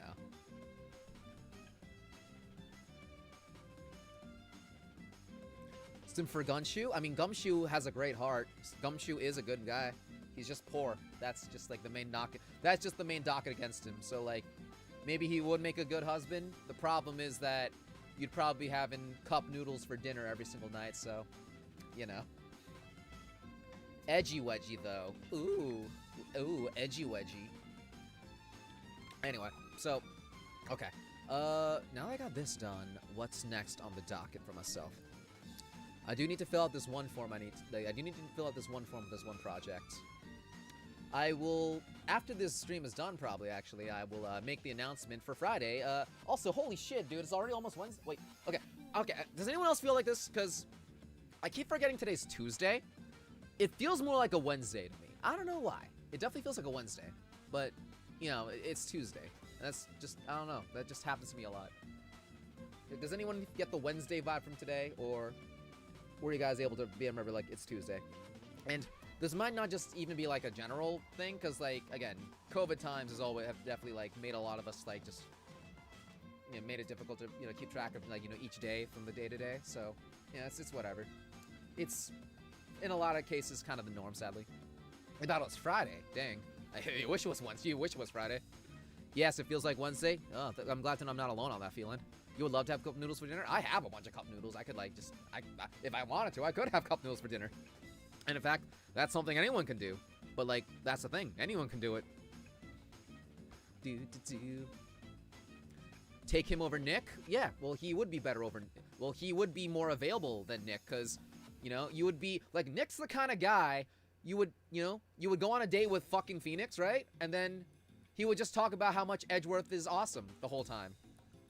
Or something like that. Or he would bring his fucking assistants to the date, and then it gets weird. Right? Something like that. He would just show you his fucking badge the whole time, right? Like, you're trying to be all like, so hey, how you like the food? Just like, hey, you want to see my badge? Like, you know. Or maybe the way I play Phoenix is different from most, but still, like, I don't know. There's, sad to say, there's definitely better catches, you know, better fish in the sea than Phoenix. And I don't know. You think Phoenix is a bad catch? Hey, you could be going on a date with Larry Butts, so whatever. Isn't my channel anniversary in a few days? That's right, Blood, aka in 2 days. 10/14, sometimes 15 if we're fucking terrible. Yeah, it's October 14th or 15th is another one of my anniversaries. Like, I have 3 different anniversaries, more or less. October 3rd, October 15th or 14, and September 14th or 15. Which, for the September one, we did the Meet the Dummies video, I think. Wait, no, that was August. What did we do for September? Did we do anything for September? I don't even remember, man. What did we do for September? Hang on. We did the, was it the 5 things fans need to know about YttD? Was it that one? Let me see. Okay, yeah, it was kind of. We missed the date for it, probably, I think. Let me see here. It wasn't Meet the Dummies. It definitely wasn't Meet the Dummies. And it wasn't 100 things fans love about YttD. Yeah, no, it was. So, yeah, 5 things to know for YttD was the video uploaded for my channel anniversary. But it was like 10 days late because, you know, that's how we do it, sadly. But yeah, like 10, 14, or 15 is another anniversary. So, yeah. And that's something I've been trying to be like, okay. Yeah, no, I've been racking my brain, guys. I've been racking my brain trying to figure out what we would do for the anniversary. Like, I mean, if it's on Friday, I mean, that's Squid Game. So, like, we're going to be watching Squid Game regardless. But, like, yeah, ideally, I would like to have something out on Thursday. Or we could do something. We could find a way. Like, we could celebrate with a stream or something like that. But I would like to have, like, a video out or something. Just something in general, for sure. I could upload my crappy Botson video that, like, I've been sitting on. But I think I would like to wait a little bit for that one. Or another Botson video. But, yeah, no, that'd be a terrible way to, like... It'd be funny, but it'd be a terrible way to, like, celebrate an anniversary, honestly. I've been trying to get, like, another fan art video done like the one we did last year. But, like, it just, you know, yeah. Culminating in, or, like, you know, like, yeah, compiling everything we did. Yeah, in terms of, or like, we received in terms of fan art from, you know, last year and this year and everything. But, yeah, just a good way to celebrate. We'll definitely figure something out. But, yeah, we're definitely still in, like, the thinking phase for it. You're new to the fan base, you still have no idea who Botson is? Oh, you don't know who Botson is? Oh, Botson is the guy over on the right. Not the handsome dude, but the other handsome dude with the bag for his head, saying it's up to KGOKev. That's Botson. He is a legend. Guys, how would you folks in the chat describe who Botson is? There we go. Yeah, describe to all our newcomers here what a Botson is. Who is Botson? What is Botson? Why is Botson? Yeah, he would pick up a case in the middle of the day. Like, you'd be on a date to, like, fucking Denny's, because that's what's in Nick's budget. right? And then suddenly murder happens at the Denny's, and then it's like, it's Turnabout Denny's? It's fucking Turnabout Denny's, right? Jesus Christ. Like, that would actually fucking happen, so. Botson is a cutie Cinderella, yes. Botson, aka God. Botson, the dream man, the dream daddy, yeah.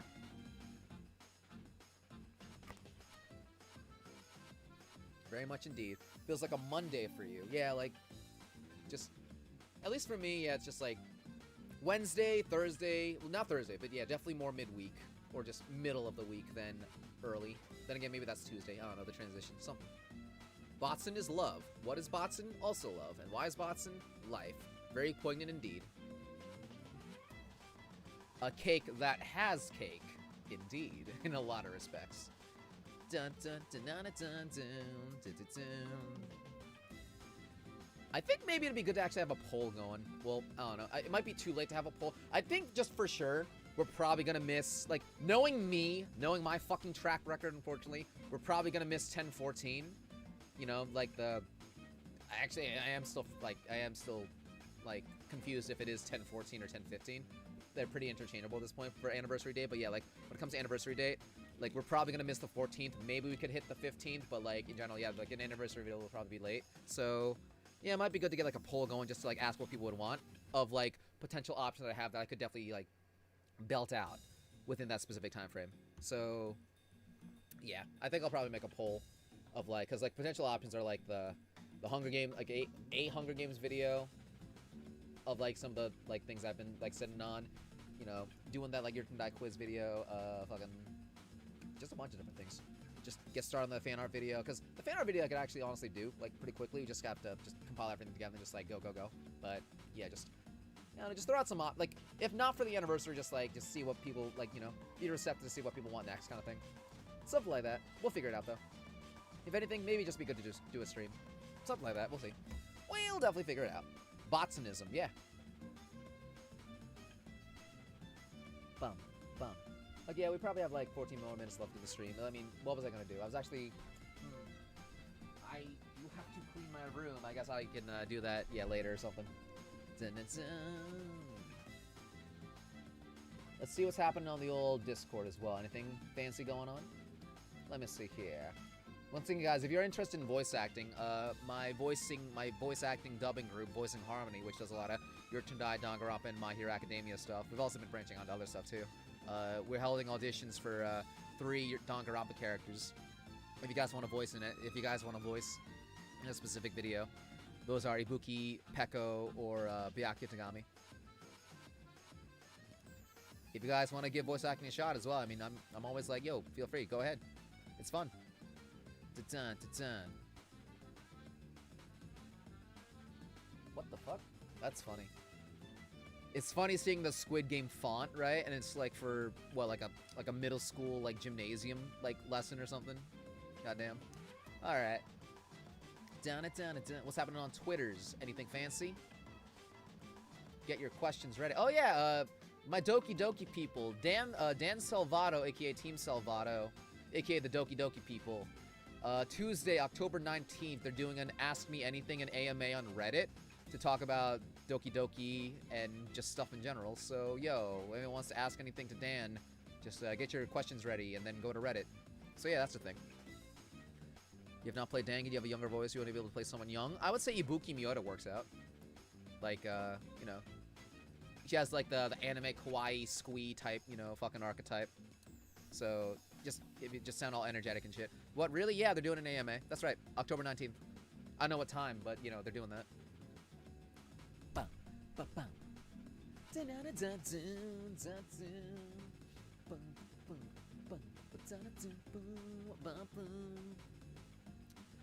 Okay. I guess, while I'm still here, too. Yeah, 10 minutes will end up the stream. Let me see what's coming out. New releases for stuff, so I can mark it on the goddamn, mark it on my damn calendar. Oh yeah, I should actually mark off a certain movie. Like, I'm gonna go see the new Spider-Man movie. Like, if any of you guys are fans of Spider-Man, feel free to express. I'm definitely interested in No Way Home, the new one, because it's probably gonna have, it's looking to have, yeah, like, all 3 different Spider-Men, like, you know, all the different Spider-Mans from the different movies included along with villains and stuff. It's like, yo, that's pretty fucking cool. That is pretty cool. There's another Spider-Man movie. Yes, Spider-Man No Way Home, the third Tom Holland one. And it's looking to have Andrew Garfield and Tobey Maguire, like the previous two Spider-Man movie Spider-Mans and everything like that included. So that should be pretty fun. I just need a goddamn release date. That would be nice, goddammit. Okay, I'll look it up. Jesus Christ. No Way Home Spider-Man. When is that releasing? You feel like we get one every second year now? Well, that is the case, actually, for the Marvel one. Yeah, like, I mean, what's it called? Homecoming came out, I want to say 2017. Yeah, No Way Home. Oh, no, fucking hell. Homecoming came out 2017. Far From Home came out 2019. And then, yeah, 2021, No Way Home's coming out. So, yeah, that is the case. Yep, every second year. Which, okay, yes, that is releasing December 17th. Mark my fucking calendar. No Way Home. Spider-Man. When's the Marvel Eternals movie coming out? That's another one to note. Marvel Eternals. Release date. Yes, Tom Holland does have an army of fangirls. And that is indeed also, well, I mean, that's definitely part of it. Eternals, November 2021. November 5th. Cool. Let me write down goddamn fucking Decadence's release date for Danganronpa. DR Decadence Danganronpa, blah, blah, blah. Release date. It's coming out in Japan first in November, but December or something like that for fucking, what's it called? For the Western release. October, what the fuck? 19th is ACNH Direct, right? Right? No, wait, I fucked up. No, it's this Friday for the Direct. Okay, so not 19th. There was something 19th, though. That was the AMA for DDLC, that's right. So yeah, DR Decadence is the 3rd of December. So DRD, there you go. Friday. Same day as Himiko's birthday. You like him as Spider-Man? Holy shit, they scare you, the fangirls? Yep, that's the case for every fandom. So in the comics, yeah, well, Spider-Man has been both a kid, like a high school kid, and also a college kid, and also an adult. Like, he's been in comics for a long time. There have been different interpretations of Peter Parker. He's aged up, blah blah blah. Blah blah blah. Different universes, everything. The PS4/PS5 Spider-Man game was really good, and in that one, he's like a full-fledged adult. He's been Spider-Man for like a long time, and that was a really good game. But yeah, like Peter Parker is definitely generally one of the younger members of the Marvel universe. So let me see here. Okay, DR Decadence release date, game release dates. October 2021. Like, what else is releasing this year? Might be better just look up November. Just look ahead. What else is coming out in November that we don't already know? Okay. Oh, for you folks that, okay, here's actually some stuff coming out in November. For those who don't know. Yeah, cookies, man. Cookie crisps. Okay. So, what else? What else is here in October? Metroid Dread already came out. That's right, Metroid Dread is out. There's the Mario Party game that's like combining everything. Yep, that's 29th of October. Okay. There is a new Just Dance coming out on November 4th. Grand Theft Auto 5 is coming to fucking PlayStation 5 because, yeah, what's a Grand Theft Auto 6? That's 11th of November. SMT 5 is the 12th of November. I see. SMT 5. Folks, what is a game that came out this year that you might have forgotten came out this year, right? Are there any games or anything in general that, comes to mind for you that, like, you actually forgot just came out this year, or, like, you already forgot, that have kind of come and went for you? For example, anyone remember that The World Ends With You 2 came out this year? Because, it did. And from what I hear, it was pretty good, but, yeah, I don't know how many people played it. Oh, yeah, Pokemon Remix for Diamond and Pearl is the 19th of November, so I gotta mark that shit down. Pokemon DP Remix. Gotta write that shit down. Yep, indeed. Alright. December Decadence. That's right. There's a new Halo thing. Yep. Okay. Yep. Alright. That's basically all that's relevant to me. Now, how about movies? Let me see. Nier Replicant remaster? Say what? Are they remastering Replicant, or are they, like, you mean on PS5 or something else? Because I was also thinking about the original Nier from, like, PS3. November 2021 movies. Okay, here we go. What do we got? Yeah, Himiko. Get more pictures of Spider-Man. I like how the actor that plays Jameson in the original Spider-Man movies was so iconic, they never recast him, and, like, years later got the exact same guy, because there was literally no one more perfect for the role. 8-Bit Christmas. What is that? I don't even know that movie. Ultimate Spider-Man Origins? That's a movie? From 21? Might as well have this on screen. Why not, right? Okay, cool. But, yeah, here's what I'm looking at. Ultimate Spider-Man Origins? What the hell is this? I don't know what this is. Like, okay, whatever. A new Resident Evil movie? Or is this something else? Like, there's a lot of movies here I don't like, that don't look familiar to me. Like, so, I have no fucking clue. Some of these feel like okay, no, Eternals is right here, but, yeah, I don't know some of this other stuff. Gintama has a movie. Oh, shit. I think I heard of that, but, yeah, alright. Also, yeah, Gintama. That's why Gin Ibushi is pronounced Gin, because of Gintama. But, you know. Interesting. Okay, well, Skater. Is this an Avril Lavigne documentary? What the something? Alright. House of Gucci. No, that's the name. Yeah, that S.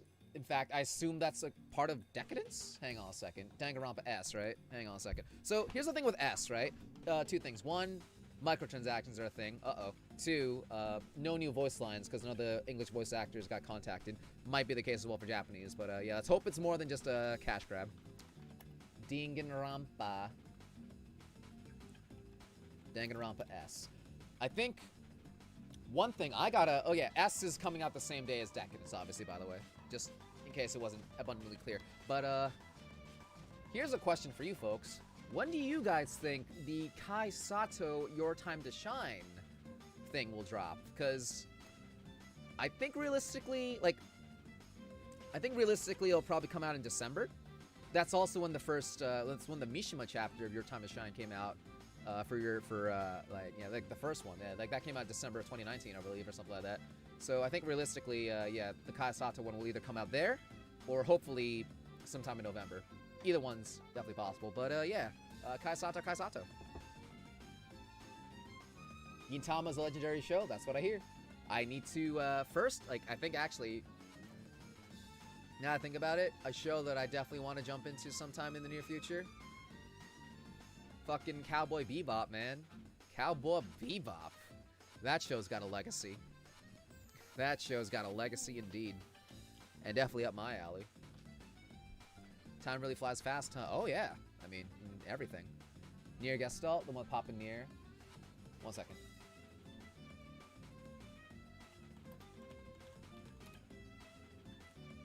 Yeah, so there was like the first Nier game was 2010 from PS3 and Xbox 360, and it didn't really get super popular until Automata, thanks to 2B's ass and stuff like that, more or less. And then, yeah, Replicant came out, which, let me look up Replicant. It came out this year, and yeah, that's another thing. So, that's interesting, like, Replicant here.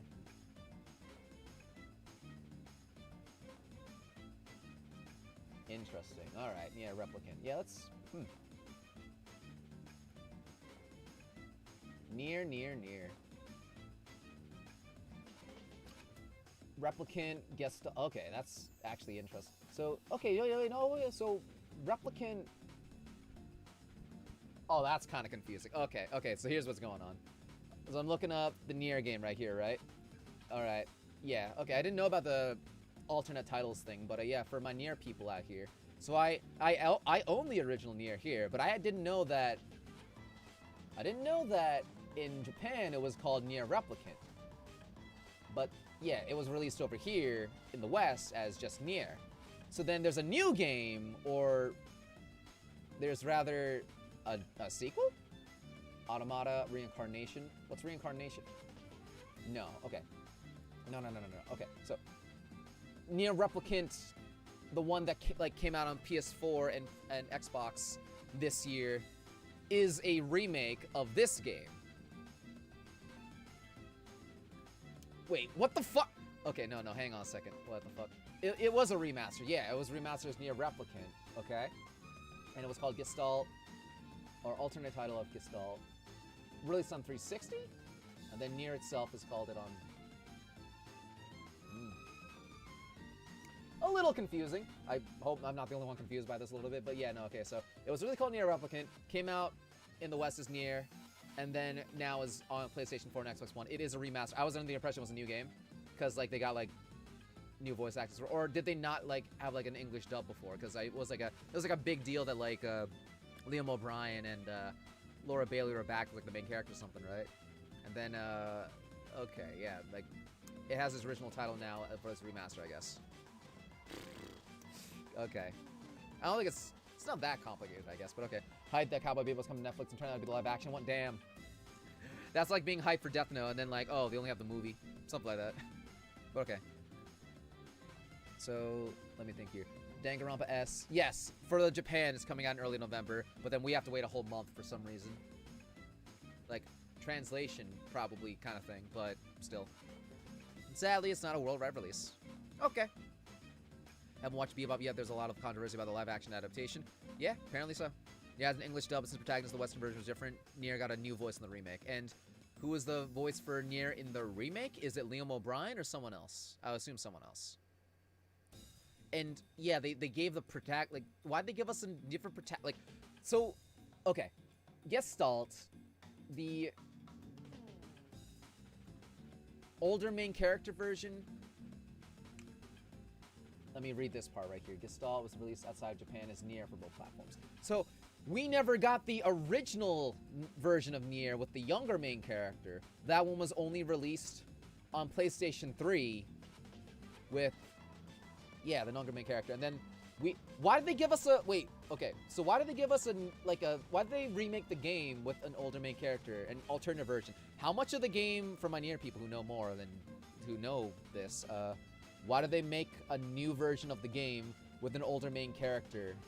Like, is it literally like the same game, but like the character's just older? Or like the character's just a different character? Did like the story change up that much? Or was it just like, you know, they just needed this older main character for some reason? And yeah, it was released for Xbox 360 and outside of Japan on both platforms. So, okay, the one we got is called Gestalt in Japan, which is a second version, or like kind of like the Pokemon Yellow to the Pokemon Red and Blue of the first Nier, which is Nier Replicant in Japan.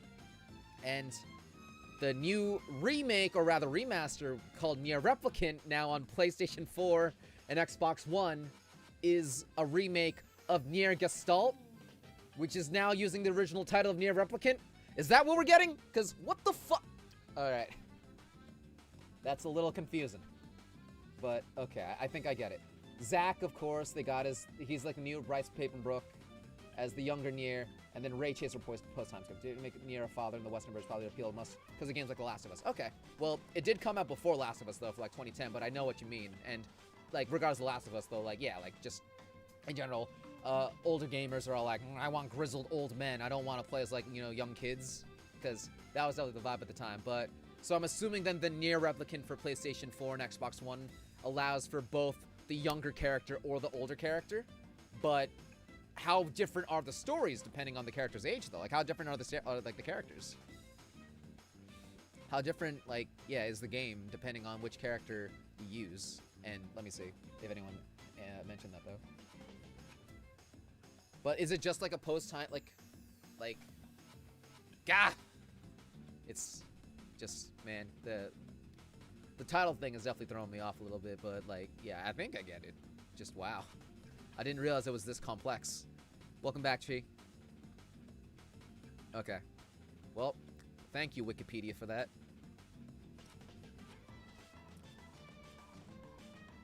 I will say, though, that, like, it was very interesting. Well, it is cool that we actually got to see Laura Bailey in a anime game again, because she went off to do, like, bigger and better things, quote-unquote, after, like, a certain point, especially, mid-2010s kind of thing. We'll definitely eventually, like, if we do end up getting an anime for sure, at the very least. Like, we have a manga, that's the first step, I guess. But, like, if we do ever get an anime for Your Turn to Die, we'll definitely get the quote-unquote canon voices eventually. Or, yeah, like a dub, and we'll see how it goes. If you think this is complex, wait until you find out how Drakengard games fit into the Nier timeline. Oh, I didn't even, like, I know of Drakengard, I've heard the name before, but I didn't even know they were part of the fucking Nier timeline. Wow. Goddamn. It is cool, like, man. Well, I was always under the impression, though, that, yeah, like, Nier Replicant was just a sequel, and the original Nier was, like, still in need of, like, a remaster kind of thing. But, like, yeah, okay, just, yeah. Now I know. And knowing's half the battle. And, hey, if I want complex, I'll go play Kingdom Hearts again. That's all I'll say.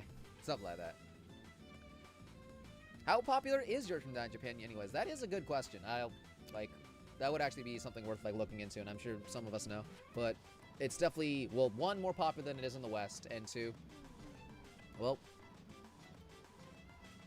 like, I guess, like, it's all about perspective as well. Like, you could say, like, in general, I could definitely say it's reasonably popular, but, like, definitely not popular to the same level as, say, like, shows with animes, for example, or, like, blah, blah, blah. But, like, it definitely has a dedicated fan base and a bigger fan base in the West. That's at the very least.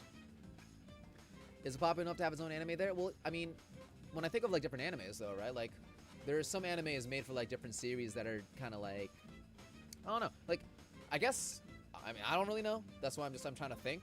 So, like, gotta think what the criteria is for, like, a manga, for example, to be turned into an anime, right? Like, what do you guys think is arguably more popular, right? Take, like, for example, Angels of Death before the anime that I got versus, say, like, Your Turn to Die as is now. Like, what would you guys think is more popular? Angels of Death before it got an anime, or Your Turn to Die? And I think most of it would probably say Your Turn to Die, and, like, I don't know, that's why I'm asking. I wouldn't really know. Like, I would think Your Turn to Die as well, but then again, it's just, I'm obviously more familiar with it. But, yeah, like, say, I would say Angels of Death, like, if that can get an anime, maybe Your Turn to Die could as well. Might wreck the rats of the story, although it would gain more attention. Larger fan is always more toxic. This is, like, well, you do have to accept the bad with the good, of course. When it comes to, like, just, even if the anime itself is not good, per se, you can still get some good stuff out of it, I guess, and it will, of course, like, just allow for more popularity and, like, you know, more recognition for people, like, you know, find the series, which, like, you know, yeah, can lead to a more toxic fan base or whatever, but it's ultimately for the better, for sure. I would say, too, when it comes to, like, yeah, the different routes, it could go about it as, and this still, again, applies to, like, the bad anime adaptation kind of thing. Yumineko, When They Cry, is a series that also involves, like, choice-based stuff and, like, branching paths and blah, blah, blah, blah, blah, blah, blah, blah.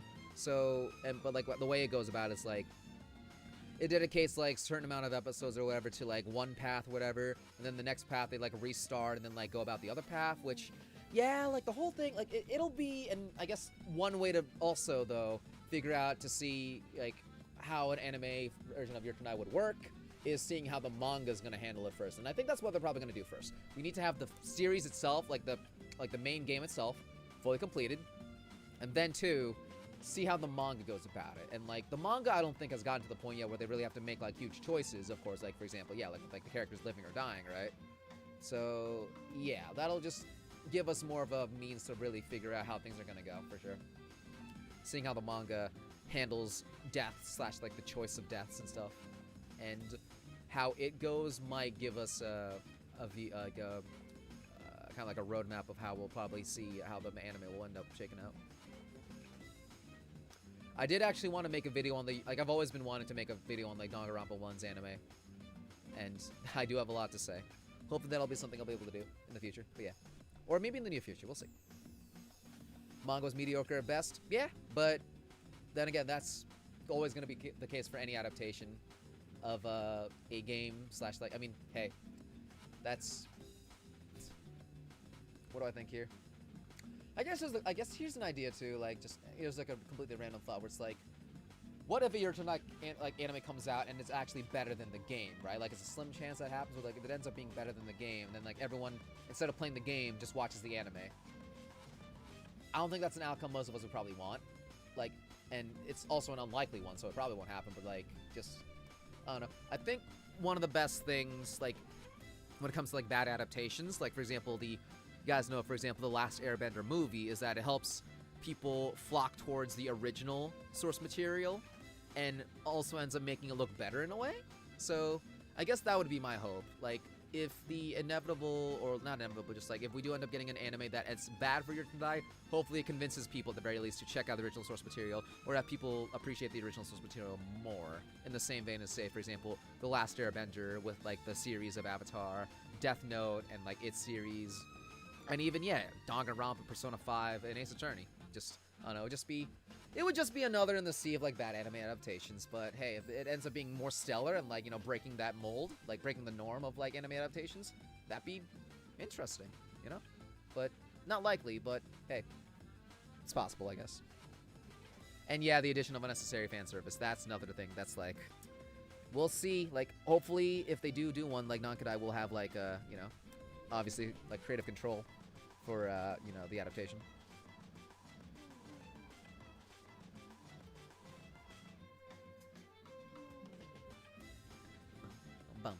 Dun.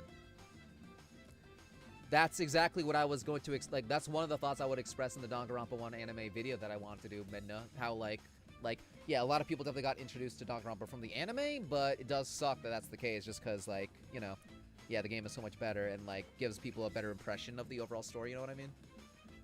Like, it's the equivalent of, for example, reading a Wikipedia summary for a story, or the spark notes of like, you know, an assigned reading rather than like reading the actual story itself.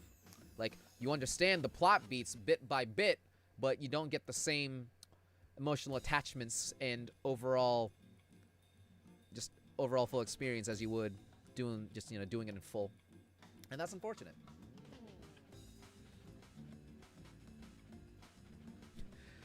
I don't know if I want to just, like, I hate always saying this, like, I always like, you know, knocking Danganronpa whenever I say this kind of shit, you know, but it's just like, yo, it's like, the Your Turn to Die manga, it's like Your Turn to Die if it was more like Danganronpa. Maybe you could say it. I don't know. It's kind of an ignorant statement. It's a funny statement, though, so, yeah, you know.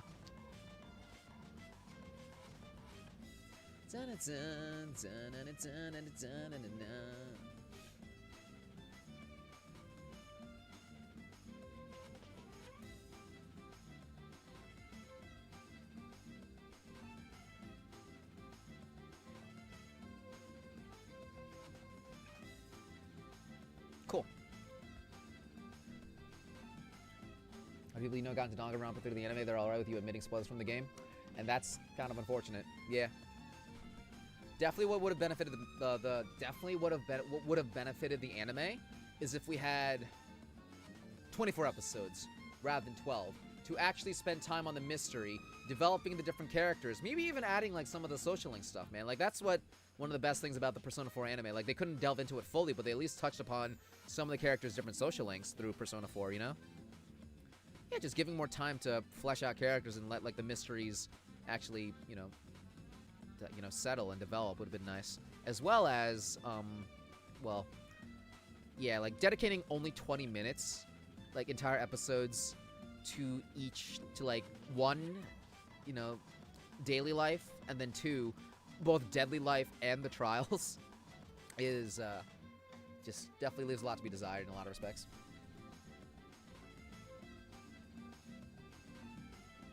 And here's another thing too. I don't know how many people actually still get into Danganronpa. Like, definitely when it first came out, people got into Danganronpa through the anime. Like, it definitely helped give it more exposure in that regard. But nowadays, it feels like most people either get into Danganronpa through fucking TikTok, or their favorite streamer / like Let's Play YouTuber people's playing through Danganronpa 1. You know? Like, I feel like most of the newer fan base gets through it through TikTok or streamers / like influencers. So, in that vein, the anime itself kind of exists in this sort of like weird in-between where, yeah, you could watch the anime and get like a very truncated, very lackluster in comparison experience, or you could, yeah, play the game itself, which is now more readily available on like every platform, you know? Like, back in the day, you couldn't just get it on your phone or Steam or anything. No, you had to fucking have a PlayStation Vita for that shit just to play Danganronpa. And like that's actually something I think a lot of people don't realize or might have forgotten. Like before, it was only on PSP/PlayStation Vita, but now it's coming to Switch and it's available on iPhone. It's available on Steam. But like, yeah, it's just really accessible. You can get it in like so many different platforms. PlayStation 4 is already on, like everything like that. And then what's it called? Fucking yeah, like streamers and influencers have become so much bigger now too, and the series is so much bigger now too, and more known that like yeah, like all the influencers are playing it, and like feels like most people who didn't know it through TikTok or all of these things will probably know it from their favorite like yeah Let's Player, and will experience it through that, and then like either continue on their own or wait for their favorite person to play it or discover other people that way. So yeah, it's like there's almost no reason, at least in my opinion, to basically like it feels like there's no reason to really watch the anime anymore unless you want to go out of your way to have a very gimped, just like not as good experience rather than like these easier alternatives. That's definitely the overall vibe I've been getting, and just definitely the overall that's just how I feel about things at the moment. You know what I mean? So yeah.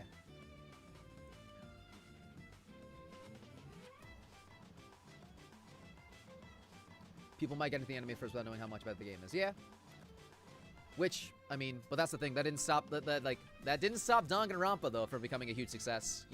Even if its anime isn't great, people still enjoyed it, and again, the series is blowing up like crazy now too. Like either way, so like, it's like, even if the anime is not like the best thing of all time, it'll still like the Danganronpa anime just be another footnote or another like rung on like the for like the on its way to like the top, or like step for like success later on, like, because Jesus Christ, Danganronpa is definitely the example I would use to describe retroactive recognition. That whole term, retroactive recognition, Danganronpa, like Jesus Christ. Do you guys know any other series? Okay, no, actually, okay, I can think of some other ones, but Danganronpa is definitely a very relevant one. Like think of other series, guys, that had retroactive recognition, like only became super popular or like quote unquote mainstream 10 plus years, or just in general years after it first released, or was like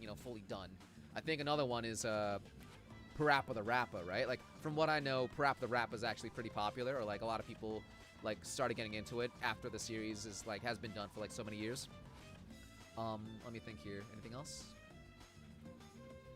Anything else really? Nothing really comes up, like, because it's late. Like nothing really comes to my mind, but I'm sure some of you guys have ideas. Some of you guys would definitely know more than me. Maybe Avatar got Avatar's always been popular, but like it definitely got a second win once it was on streaming services. Mother Trilogy, yo, yeah, no, definitely Earthbound, and definitely more so as well after Undertale came out. And Undertale only became a thing, I guess, because of like, yeah, dedicated Mother fans since like the days of like Starman.net and right, like Megalovania and Toby Fox, like they were in like this one Earthbound hack, like Earthbound Halloween thing. And yeah, that led to Undertale after fucking Homestuck as well, but still, like, yeah, all that. Amori also counts as well, yeah, true for retro. I mean, a lot of us who got into Amori didn't even probably know it took so many years for it to come out, for example, yeah. Good night, Eliza, thanks for coming out, and yeah, glad to have you on the stream.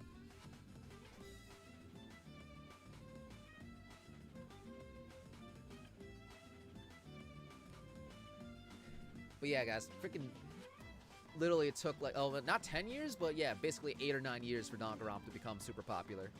But it was a slow build. And it's still funny, man. Like, okay, here are like 5 things I think definitely that like were kind of like key ingredients to this fucking melting pot that eventually like blew over for Danganronpa to become a success, or like as successful as it is. And here are the 5 main things that definitely like just like slowly just gave it more and more exposure until it finally just like burst in popularity. And I can't believe I'm actually going to mention this one, but alright, so here's some main things. 1, its ability to, yeah, be played on more platforms, just the goddamn PlayStation Vita. Just accessibility. That's an obvious one. 2, the anime definitely helped give it more exposure. And then also led to the Danganronpa 3 anime. So just in general, yeah, like even if you don't know that there were games, like there were people who went from fucking 1 to Danganronpa 3's anime. What are you doing, Those are 2 things for sure.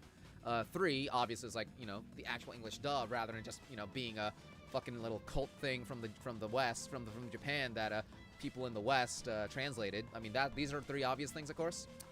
4 is its meme ability, fucking like Hope Bagels, and funny enough, fingers in his ass. Like, this is enough to be called his own thing. Fucking fingers in his ass, I think, definitely, in a weird way, contributed to people knowing, one, who Nagato is, first off, and then two, yeah, the fucking series. And, in fact, goddamn Nagato Kamada himself. And I think a lot of people who didn't even know Danganronpa before they saw that one edit, right? That definitely helped, like, it's like one of the things that, yeah, like, you know, blew up the fucking series. They would know Nagato from being in that fingers in his ass video. And it's like, yeah, just all these little things, man. All these little things. Definitely Danganronpa Abridged thing as well, for sure. Which, that's actually another thing. If we never got a Danganronpa anime, we would have never gotten Danganronpa Abridged thing. So, that's something at the very least, you know? That's definitely something to sell. Indie games that take on deep subjects tend to become popular very fast. Oh yeah. That or like indie games that are made specifically with influencers or YouTubers reacting in mind. Like, I remember like one key one that like definitely always that I always think of is like Goat Simulator, right? Like that one's one that was like good for the time, but nowadays would definitely be like drowned out in just like a sea of other things that like are trying to do the same thing. Either an indie game that like tries to go about like deep dark themes or is like horror based generally are pretty okay, like pretty good key elements to blowing up, I would say. Tell them, Nike. Yep. Valero himself, by the way, he is still active on Twitter, but he's not making videos anymore, sadly. He also did a Full Metal Alchemist Abridged thing a little while, like a long time ago too.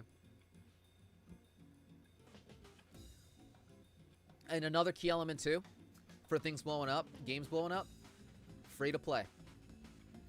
I'll ask you guys this: do you guys think Among Us, Genshin Impact, and Fortnite would have become as popular? Like, it's a loaded question. You already know the fucking answer. They would not become as popular as they were if they were not free to play and basically readily accessible for people to play on, like, you know, just everything.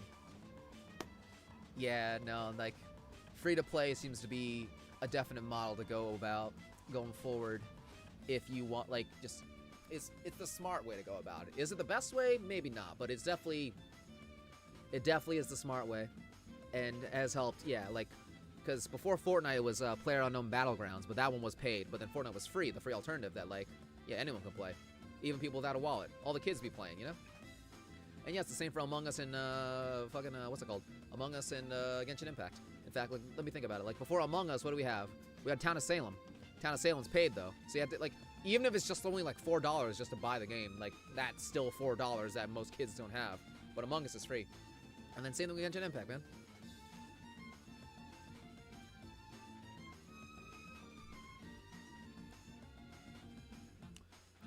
Danganronpa Abridged thing more than Danganronpa TA. I don't know any other Danganronpa Abridged.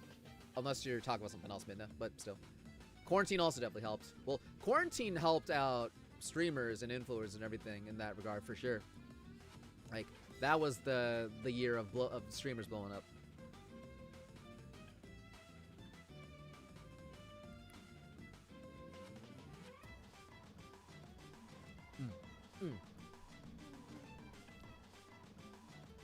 The animation.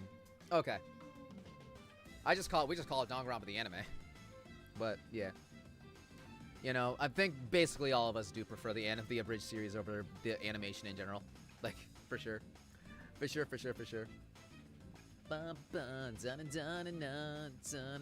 Okay, guys, yeah, I think we're basically good here today. We're basically good here for tonight.